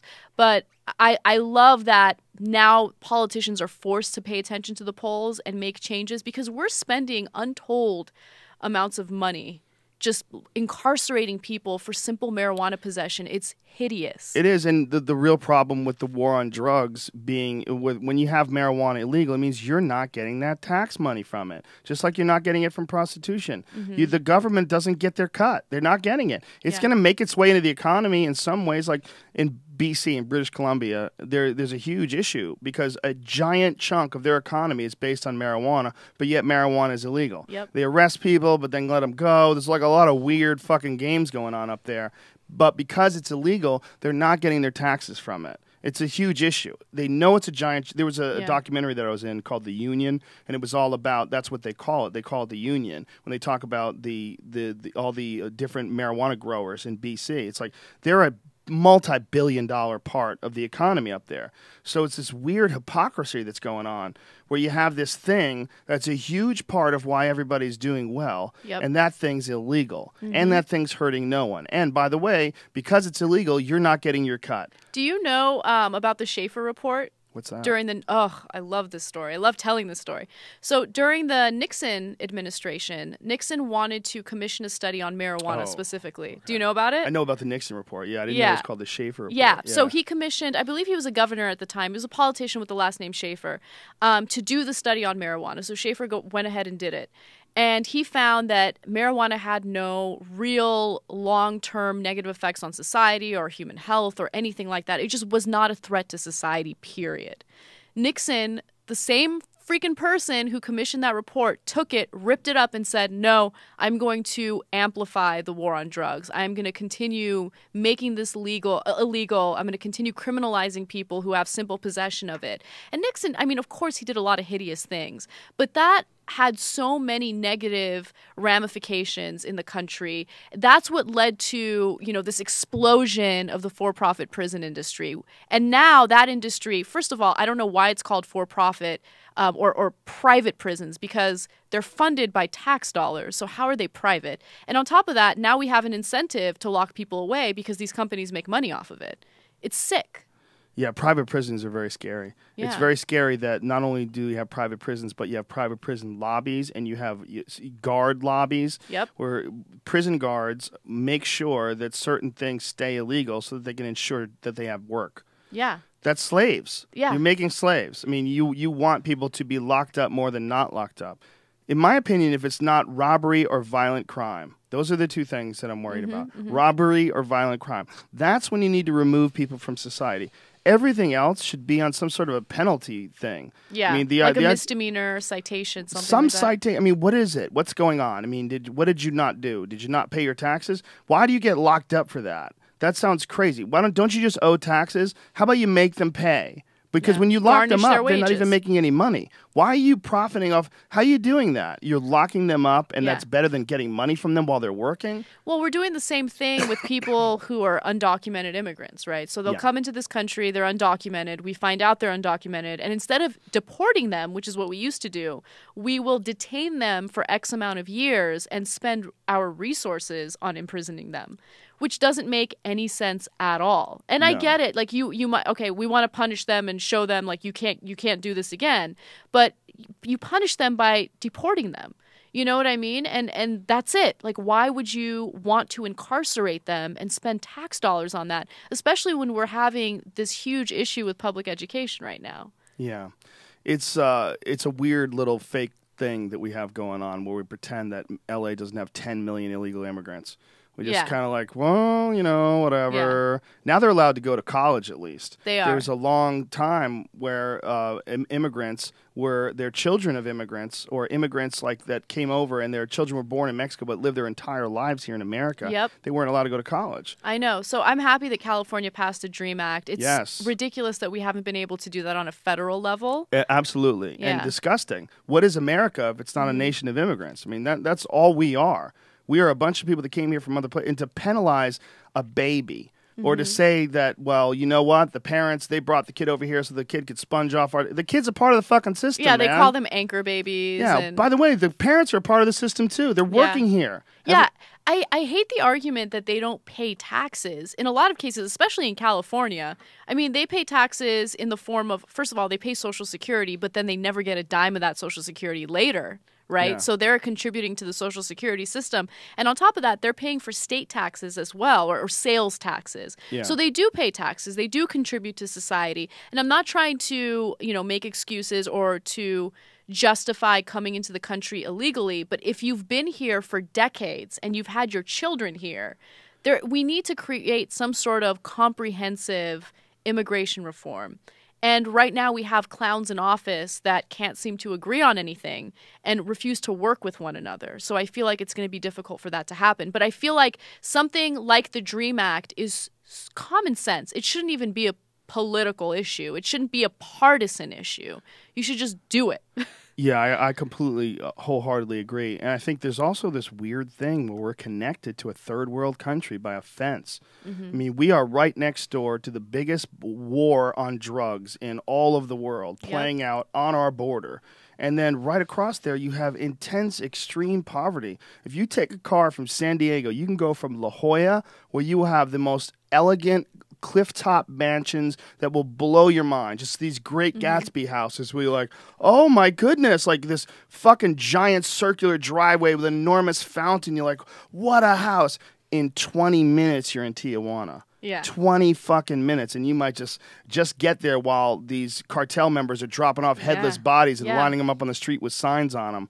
Or, you might see a brothel where you can go fuck some immigrant for $1 that made their way up from El Salvador or Peru or, where Mexico is the promised land for them. They're hoping to get to Mexico because they're living in the jungle somewhere in Ecuador. I mean, it's the extreme intense poverty and extreme intense violence, and we're just sort of like not dealing with it. We're not dealing with it, but we're actually fueling that type of system here in the United States. By keeping marijuana legal, we certainly are. By keeping marijuana legal, and also through our current fiscal policy, by allowing companies like Walmart to basically pay full-time employees so little that the government has to subsidize their health care or food stamps, whatever it is, just so they can make ends meet. Like we have that system here now, and we need to do something to change it. Well, it's exactly what they were protesting about during the WTO thing. It goes all back to Alex Jones. I told you, Joe Rogan. That's what he was. His document, I think it was 911: A Road to Tyranny. It was all about that. It was all about how this is like an established pattern of behavior, and this agent provocateur thing that they do to break up peaceful protests. The World Trade Organization meeting was just about that very thing. It was about moving jobs to these other places and figuring out how to set up shop in third world countries. You can pay people dirt wages. Yeah. Yeah, I don't know how that's going to get fixed. Do you, when you cover this stuff on a daily basis? I mean, you guys are covering more serious issues than we are. We're basically just fucking around and finding things on the internet that I find are interesting. But you guys are like covering like some pretty legit stories and getting pretty in. Do you see any light at the end of the tunnel? Do you see like a pot of gold at the end of the rainbow for all this? I do see a light at the end of the tunnel, but we really need a revolution. And I'm not calling for violence, and I'm not inciting violence, but I think that there has to come a point where we hit rock bottom and the political activism actually makes a difference. The political activism needs to exist to begin with, by the way, because it doesn't even exist now. I mean, we're at a point where the government can literally do whatever it wants and no one will make a peep out of it. The NSA can spy on us. The Obama administration can go drop a drone or do a drone strike on an American citizen and his 16-year-old son, and no one will say a damn thing about it. That's the country we're living in right now. Our civil liberties are being destroyed. Our fiscal policy doesn't make sense. We need people to be politically active, and we need to get money out of politics. Those are the two things that matter the most. Do you think there's also the aspect of the amount of information that we're getting overwhelmed with on a daily basis? When you think about a story about the American citizen that was targeted, that was the Anwar al-Awlaki jihadi guy, and they killed his son with drones, and he was an American. I mean, they didn't try him; they just assassinated him. is there too many stories coming in? I mean, go to CNN.com right now and you'll see a fucking million of them on the front page. Yeah. You know, go to Yahoo, go to all these news sites, and you're like, God damn. Like, that's part of the problem, but I mean, most of these stories are important news stories. Yeah, there's a lot of bullshit sprinkled in there, but a huge problem is, you know, every American. I have the luxury of keeping up with this stuff because it's my job. A lot of Americans don't have that luxury because they're working 12-hour work days.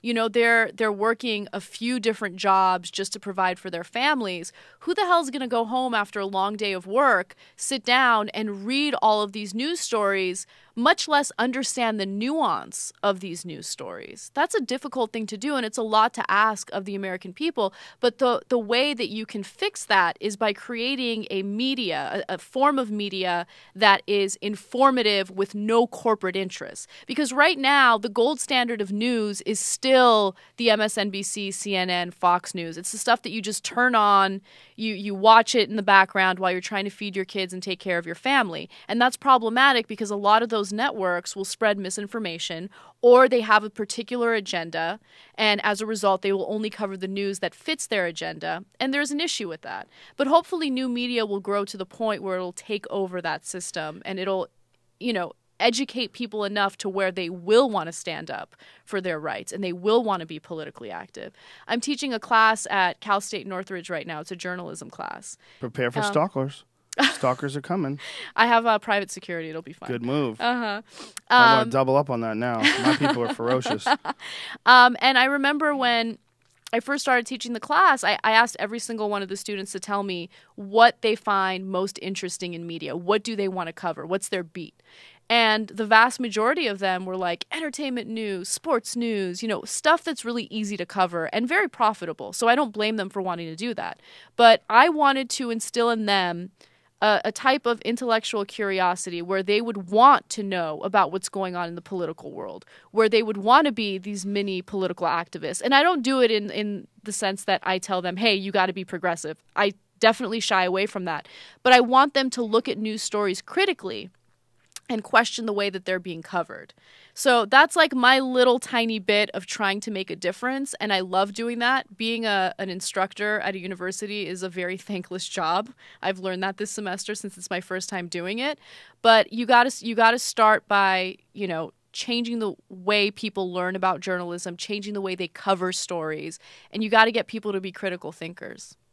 Or at least try to inspire them to be. I mean, it's really tough to get someone to do anything. It is tough, but I will say I open every class with a production meeting. Like we do mock production meetings similar to what you would do in a newsroom. And the type of stories that they pitch now are very different from what they started pitching in the beginning of the semester. So they're way more politically minded, which I love. All of a sudden, they're bringing up the Glenn Greenwald, Edward Snowden type stories. And I'm like, yes. Like, that's a little bit of a difference, and it makes me very happy. Do you feel like, because, I mean, you do this for a living, but do you think that you can even keep up with all the shit that's happening on a daily basis? No, I do it for a living. So how does a regular person? It's difficult. It's difficult. How can they? I mean, it's almost impossible to be informed today. It's almost impossible. To be truly informed? I don't think it's impossible. I think it's overwhelming, but I don't think it's impossible. As a responsibility, how much do you have a responsibility to be informed? Not you, but a regular person with a regular job and a family, and God forbid if you have a fucking hobby. But if you're working on something during the day, what are the odds that you can pay attention to the top 10 news stories of the day and form a really clear opinion on any of them? It's very difficult. We're fucked. Too many hours. Very difficult. But you know what? Here's the thing, and people are not gonna like what I'm about to say. Uh-oh. Everyone loves distractions. Like, how much time do we spend on social media? How much time do we spend watching reality shows and doing things that we want to do because we just want to shut our brains off? We want to numb ourselves to what's going on in the world, right? Instead of doing that, maybe we should change the culture so people will want to use that very precious time and that very precious resource to be informed. They want to use it for that as opposed to being, I think distracted. The problem that people have with being informed over being distracted is that it's incredibly frustrating and you feel helpless. When you start reading all these stories about the stock market manipulations, about the banks being bailed out, and about bailouts where the fucking people that were involved in the bailout somehow or another warranted some crazy commission. They got some bonus of, and then the president said he's going to limit to $500,000. Like, a fucking $500,000 is a lot of money, man. What do you mean you're limiting it to $500,000? Didn't we just give them a ton of money? Yeah. You feel helpless when you read about this shit over and over and over again. When you watch documentaries on fracking, when you read stories in the news about how poorly veterans are being taken care of when they come back from war, and there's so many different things that you read where that doesn't make sense. I know, but when you look at all of these news stories, there's always one underlying issue in every news story. It's kind of amazing. And it always goes back to who is funding these politicians, right? If you get the money out of politics, that virus, if you destroy that virus, things will change quickly because our representatives will be forced to pay attention to the American people, the people that are voting for them, as opposed to the people who are paying them. You know, if you get rid of that type of bribery that we're dealing with right now, the entire system needs to be changed. Unquestionably, but how does that ever happen? I mean, you have to get them to change it themselves as well. How else is it going to get changed? Well, here's the thing. Congress is obviously very corrupt. So Congress... How dare you? This is Congress of America. They're obviously very much bought by corporations, and as a result, it's really difficult for them to propose any real change. But when it comes to the state level, when it comes to state legislators, it's a little different.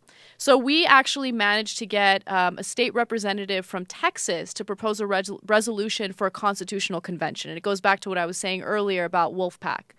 And if we get state representatives from all the states to agree to this constitutional convention, then we can actually have this constitutional amendment to get money out of politics. It's possible. We just need to inform people about it. Wolf-pack.com. Wolf-pack.com. Get on it. Well, I hope you're right, and I'm very hopeful. I think that it's incredibly difficult to get venom out of the system, and that once it's in there pretty deep. It's going to be very hard to heal this poisoned system, and the people that are accustomed to extracting money, they mean that's a giant part of their motivation for being in the position when they're in the first place. Yeah. Now all of a sudden they're there and they can't extract money anymore. They're going to go, what kind of hippie bullshit is this? All of a sudden, they're going to have to pay attention to the people that voted for them. That's crazy. They get to a point where they can't do that anymore. I think that's one of the things that we need new young politicians. I think that's hugely, hugely important. Until that happens. And principled politicians. I mean, you'll have some candidates who will run a campaign and they're genuine in how they want to change the system. I think Obama is an example of that. I think he was genuine to begin with. And then they enter the system and they're corrupted by what we have to deal with. They're corrupted by the money in politics. And I mean, what are you going to do? At the end of the day, you gotta run for re-election. You need the funds, right? And you're going to get the funds from corporations. And then you have to basically get down on your knees and do whatever the corporations need you to do. That's my opinion. I'm with you on this. Mm-hmm. But I talked to Sam Harris, who I respect very greatly, and his opinion is very different. He believes that there's so many dangerous people in the world that Obama got into office, then immediately realized how fucking scary the world is, and then started tightening down drone attacks, cut down on cut down on whistleblowers, surveillance ups, all the things that he did once he got into office. That what explains that his reversal on Guantanamo Bay.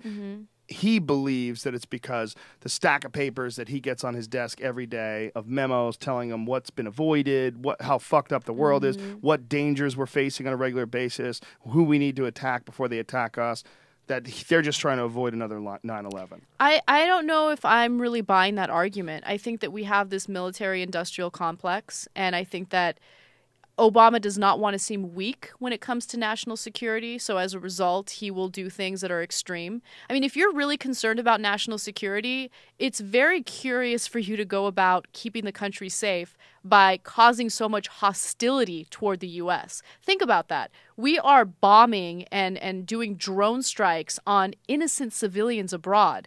That creates hostility toward the United States. That makes people want to attack us. So, I mean, I'm not really buying that, Obama got in and he got scared. I think that people are making money off what's going on abroad right now. And I I think that Obama is worried about seeming weak to Republicans. I mean, when you look at almost all of his policies, he's always been so afraid of Republicans, which drives me crazy. The only thing that he's really had a good stance on was gay marriage. And that was after, what, years of being president? He finally came out and said, yeah, I guess I've changed my mind. Civil unions aren't enough. We should have same-sex marriage. Well, if you really believe that, then we should do something on the federal level. This is not a states' rights issue. This is a federal issue. This is a civil rights issue. I feel like gay rights and gay marriage is one of those beach balls they toss up at a concert. Totally. And everybody has to keep in the air because it keeps everybody distracted. Gay marriage, oh, not my town. And they keep bouncing this stupid beach ball around. And politicians are now using it for political gain, which is really frustrating. You know what I mean? It's, oh, look, it turns out that, the majority of Americans are in favor of gay rights, so let's change our stance on that. They're not principled. And in that case, it's a good thing because I want gay rights. But politicians will be politicians, and a lot of them lack principle. Well, it's always been said that it's like politics or show business for ugly people. Mm-hmm. And actors are notorious for sticking their finger in the air and finding out which way the wind blows culturally. Yeah. And then saying things that they don't necessarily believe in or necessarily have even researched.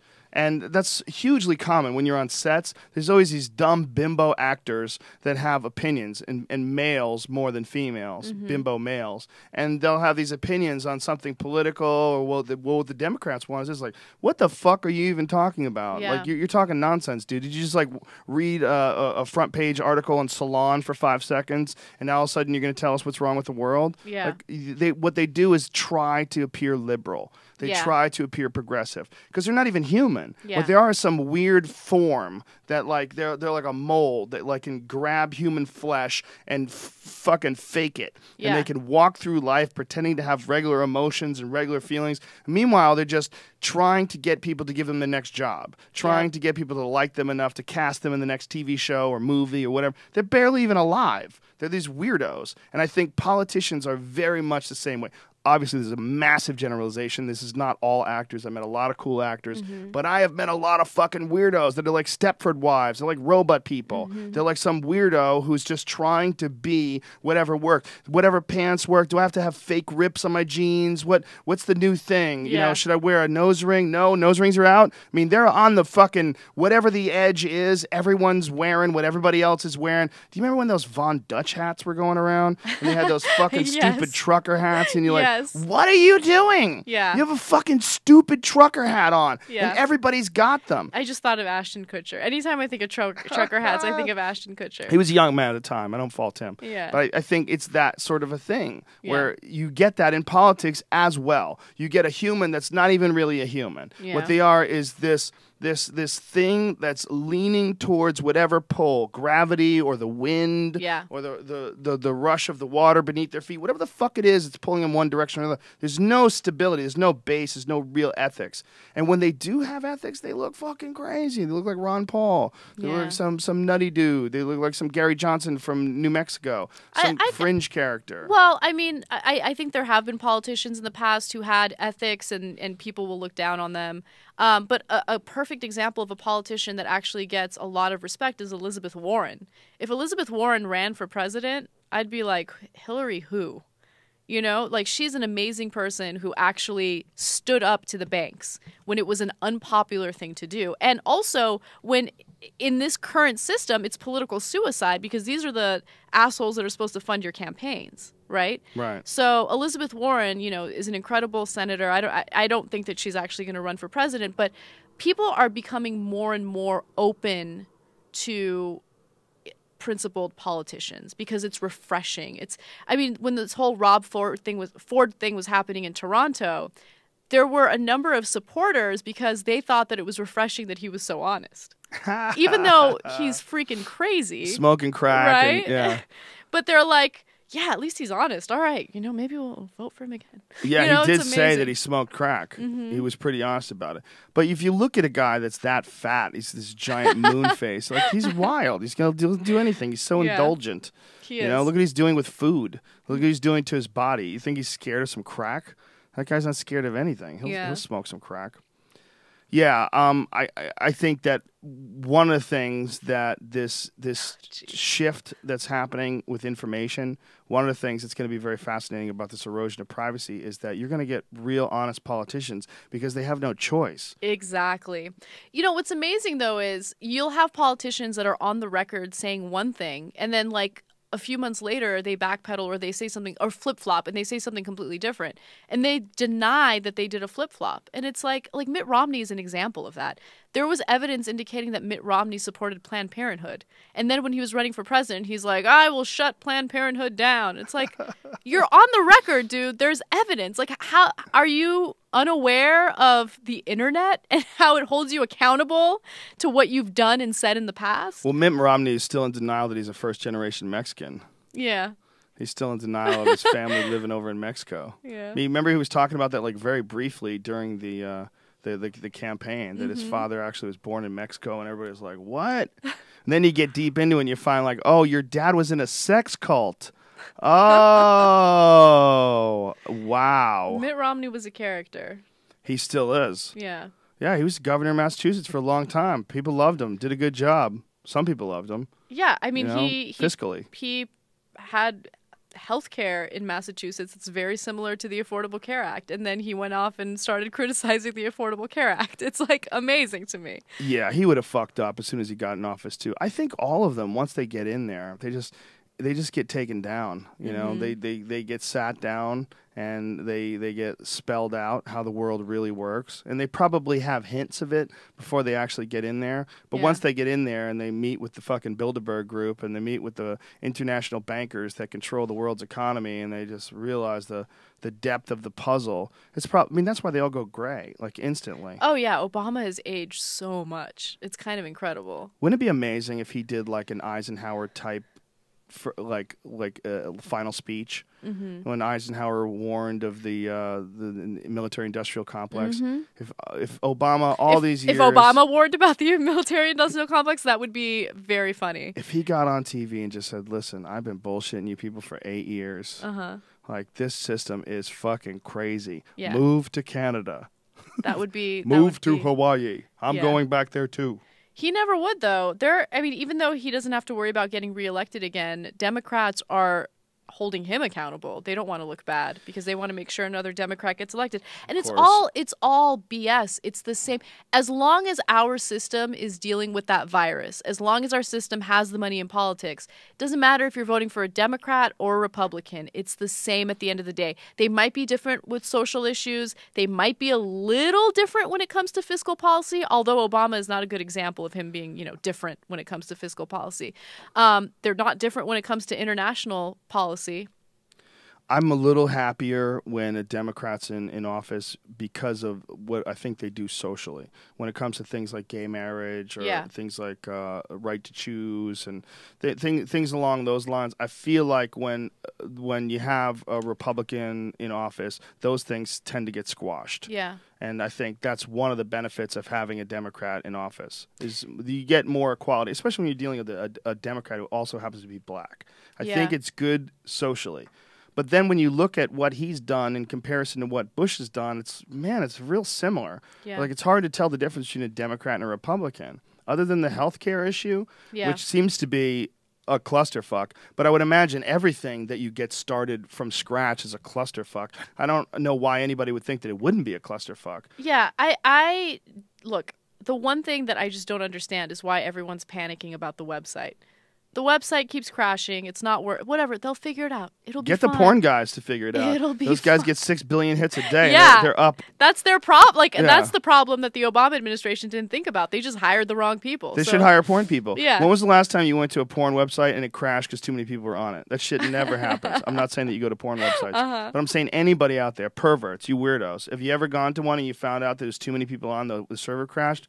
That doesn't happen. They figure out how to make that work. And I guarantee you way more people are going to a porn site than are going to any government site. Right. Whether it's Obamacare or Medicare or whatever. Name the site. So the one thing that I will agree on in terms of it being a clusterfuck is only 50,000 Americans have signed up through the website. which could be disastrous because in order for the Affordable Care Act to work, you need people to sign up. Yeah, I have doubled out on my Instagram page, bitch. Do you? That's amazing. No, that's not that much. There's people with millions. Yeah, there are. More than 1 million on Twitter. That's the most places I have. Twitter, I think I have. Yeah, you have a ton of followers on Twitter. 1,175,682. That's bananas. That's a lot. I think I have like 40. But I'm sure a lot of them are fake. I haven't never paid for any that are fake, but there's a lot of bots out there and a lot of people that use fake Twitter accounts. They do, inflate things. I don't want to do that. I don't want to like pretend as if I'm like a big superstar or something. There's a lot of people that have done it though. Yeah. It's pretty common. Apparently it's pretty easy to do. You just pay some money and they get you X amount of fake followers. I think for some people it gives them some sort of confirmation that they're okay. Yeah. And they say, "Oh, these got 25,000 Twitter followers. You must be legit." Yeah, that's true. Yeah. It's so funny because, going back to the class that I'm teaching, one of my students looked me up and she's like, holy shit, you have all these followers and you're verified. I'm like, oh, does that make me more legitimate now because I have like a verified Twitter account? But people think it's a big deal. It's really funny. Yeah, it's big. Well, it's big. If someone says, hey, man, I want to come on your podcast, and I go to their page and they have 212 Twitter followers, I'm like, bitch. You don't even have followers. That's true. So you took a look at Who are you? You looked at my Twitter page? No, I didn't. I've seen your show. I assumed you're legit. Okay, good. I didn't go to your Twitter page, but we can go there right now. What do you got? How much you got? Let me check this out. I think 42,000. Is that a lot? I don't think so. I think that's decent. How long you been on the Young Turks? Ugh, gosh, for 7 years. Yeah, that's not enough. You need more Twitter followers. What you need to do is show a little ass. You know is that what I need to do? Yeah, for sure. Should I take the titty pictures that you were No, referring you don't have to earlier? go titty. Just take some pictures with like you like in a bikini, like looking over your shoulder, at your butt. Those are huge. Just one of those probably get you you don't want to do that, obviously. People out there are screaming at me right now. This is why we need feminism. Assholes like you. Do you get shit for saying that you don't like radical feminism? Do you ever get people angry at you for? No. The funny thing is, a lot of people think that I am a radical feminist, which I'm not. Well, any girl that's smart is a feminist instantly. Yeah, it's really funny. I'm actually. I think the word feminism is tainted at this point, and I would much rather refer to myself as a gender equality specialist, I guess. Diversification tool. Whatever. I mean, whatever you want to call it. Because, look, men get the short end of the stick when it comes to some serious issues. Women get the short end of the stick when it comes to serious issues. I don't like the brand of feminism that tells me that I can't be feminine. I fucking hate that. Like, I want to wear my dresses, and I want to feel sexy and beautiful, and I want to push for equality. You can do that. Those things are not mutually exclusive. So that's just an example. They are if you look like Fred Flintstone. You don't like wearing makeup. They probably That's when they become mutually exclusive. Yeah. Well, I think it's one of those things where there's certain people that don't want other people behaving differently than them, especially if they feel like they're being judged by the fact that you're wearing makeup and you have heels on, and they don't like that. Then they get judged. Well, then they start turning that against you instead of saying, "Look, hey, it's different strokes for different folks." Okay. Exactly. Some people like this, some people like that. Instead of that, they look to you like you're some sort of a traitor. Meanwhile, those same people, if it was a man that was wearing makeup and wearing a dress, wearing high heels, they would go, "You go, girl." They would be happy for you because that's the progressive move. If it's a transgender person, that a man who became a woman and wants to wear long nails and wants to like be really dainty and feminine, that's all well and groovy. Yeah, but when a woman is dainty and feminine. Exactly. Yeah, and hilarious. The argument that they'll make is, well, if you don't want to be objectified, then don't objectify yourself. It's not objectifying. I don't find it objectifying. Just because I'm wearing something that's considered sexy doesn't mean that I'm asking people to objectify me. And if people do, then that's on them. Like it's kind of like saying, if a woman dresses sexy, then she deserves to get raped. She should expect to get raped, right? No, like a woman who dresses sexy shouldn't expect someone to do anything. I don't think you should expect to get objectified ever. And what does objectify even mean? If someone is attracted to you physically, are they objectifying you? If they want to look at you while they have sex with you, are they objectifying you? Like when they find you sexy, at what point? Where's the gradient? Like what's the spectrum where it falls into objectification of women? If you're not profiting off of her, are you objectifying? Like where's the gray area? It's a kind of a strange thing. If someone likes the way you look in a dress, are they objectifying you? It's like how is that objectifying? It's just a fashion sense, or it's just an aesthetic. It's stupid to pretend as if women don't objectify men as well. I did it the other day when I went on a hike, and there was like a ton of hot guys without their shirts on. Like people, that's human nature to objectify. It is. Well, I don't like that word. I think you're admiring. You're attracted to. What is objectify? You want to turn them into an object. It means dehumanizing them. It means removing their humanity and use them as a fuck toy. But that's not what you're looking to do. That's not what you're looking to do. You are physically attracted to someone, and that's the first thing that stands out to you. I think that it becomes wrong when that's all you see in the person, right? When that's all that matters to you, and someone's level of intellect or character means nothing. You know what? I don't even think that's wrong. I think if you're nice to each other and you just like dating people that are really pretty, who gives a shit? But am I supposed to be upset at you if you have dumb friends? No, but when you fuck dumb people, I'm supposed to get mad. Can't you do better? Maybe he doesn't want to do better. Yeah. Maybe he likes being around dumb friends. Maybe he likes having a dumb girlfriend or a dumb boyfriend. What do I give a shit? No. I don't care what other people do. I don't want to be looked upon that way. Like, I don't want people to look at me and say, like, oh, she's just a pretty face and nothing more than that. No one's going to do that unless they're trying to define you. I mean, you know better than that. How dare you? How dare you play that game? You know that. That's not going to fly. Yeah, I think there's also an issue where people, they feel uncomfortable if they're not seen as attractive, and so they try to squash other things that people think are attractive. They try to they try to belittle attempts at being attractive. I mean, I think there's an issue in that as well. If there wasn't an issue in that, and if you're a type of person that likes wearing Chuck Taylors and loose jeans and T-shirts, what do you care if a woman is wearing a bikini on a beach? What do you care if someone wears a miniskirt? Like, how does that affect you? It doesn't affect you. I think, competition, jealousy, all of that kind of plays a role in that as well. It exposes douchebags. It's excellent at that. Exposes asshole men. I mean, you put yourself in a vulnerable position if you walk around like wearing a bikini and you're walking down Main Street and you have fucking high heels on. You're going to run into a lot of weird people. Yes. You're kind of giving them a green light to get freaky with you. Or at least going, look at you, baby. You're wearing your underwear. Yeah. I know. It's a weird way to end it. I think we have to. We're running out of time. At 3 hours in, we turn into a pumpkin. This was a great show. I really enjoyed it. I enjoyed it too. It was a lot of fun. People got to know you. Yeah, I hope they liked me. They liked you. According to Twitter, they appeared to like you. That's awesome. Just one last shout out to Robert. You have a lot of fans. They're like, you got to give me a shout out. Robert in Miami. So. Robert in Miami. Go fuck yourself, dude. How dare you? Just kidding, Robert.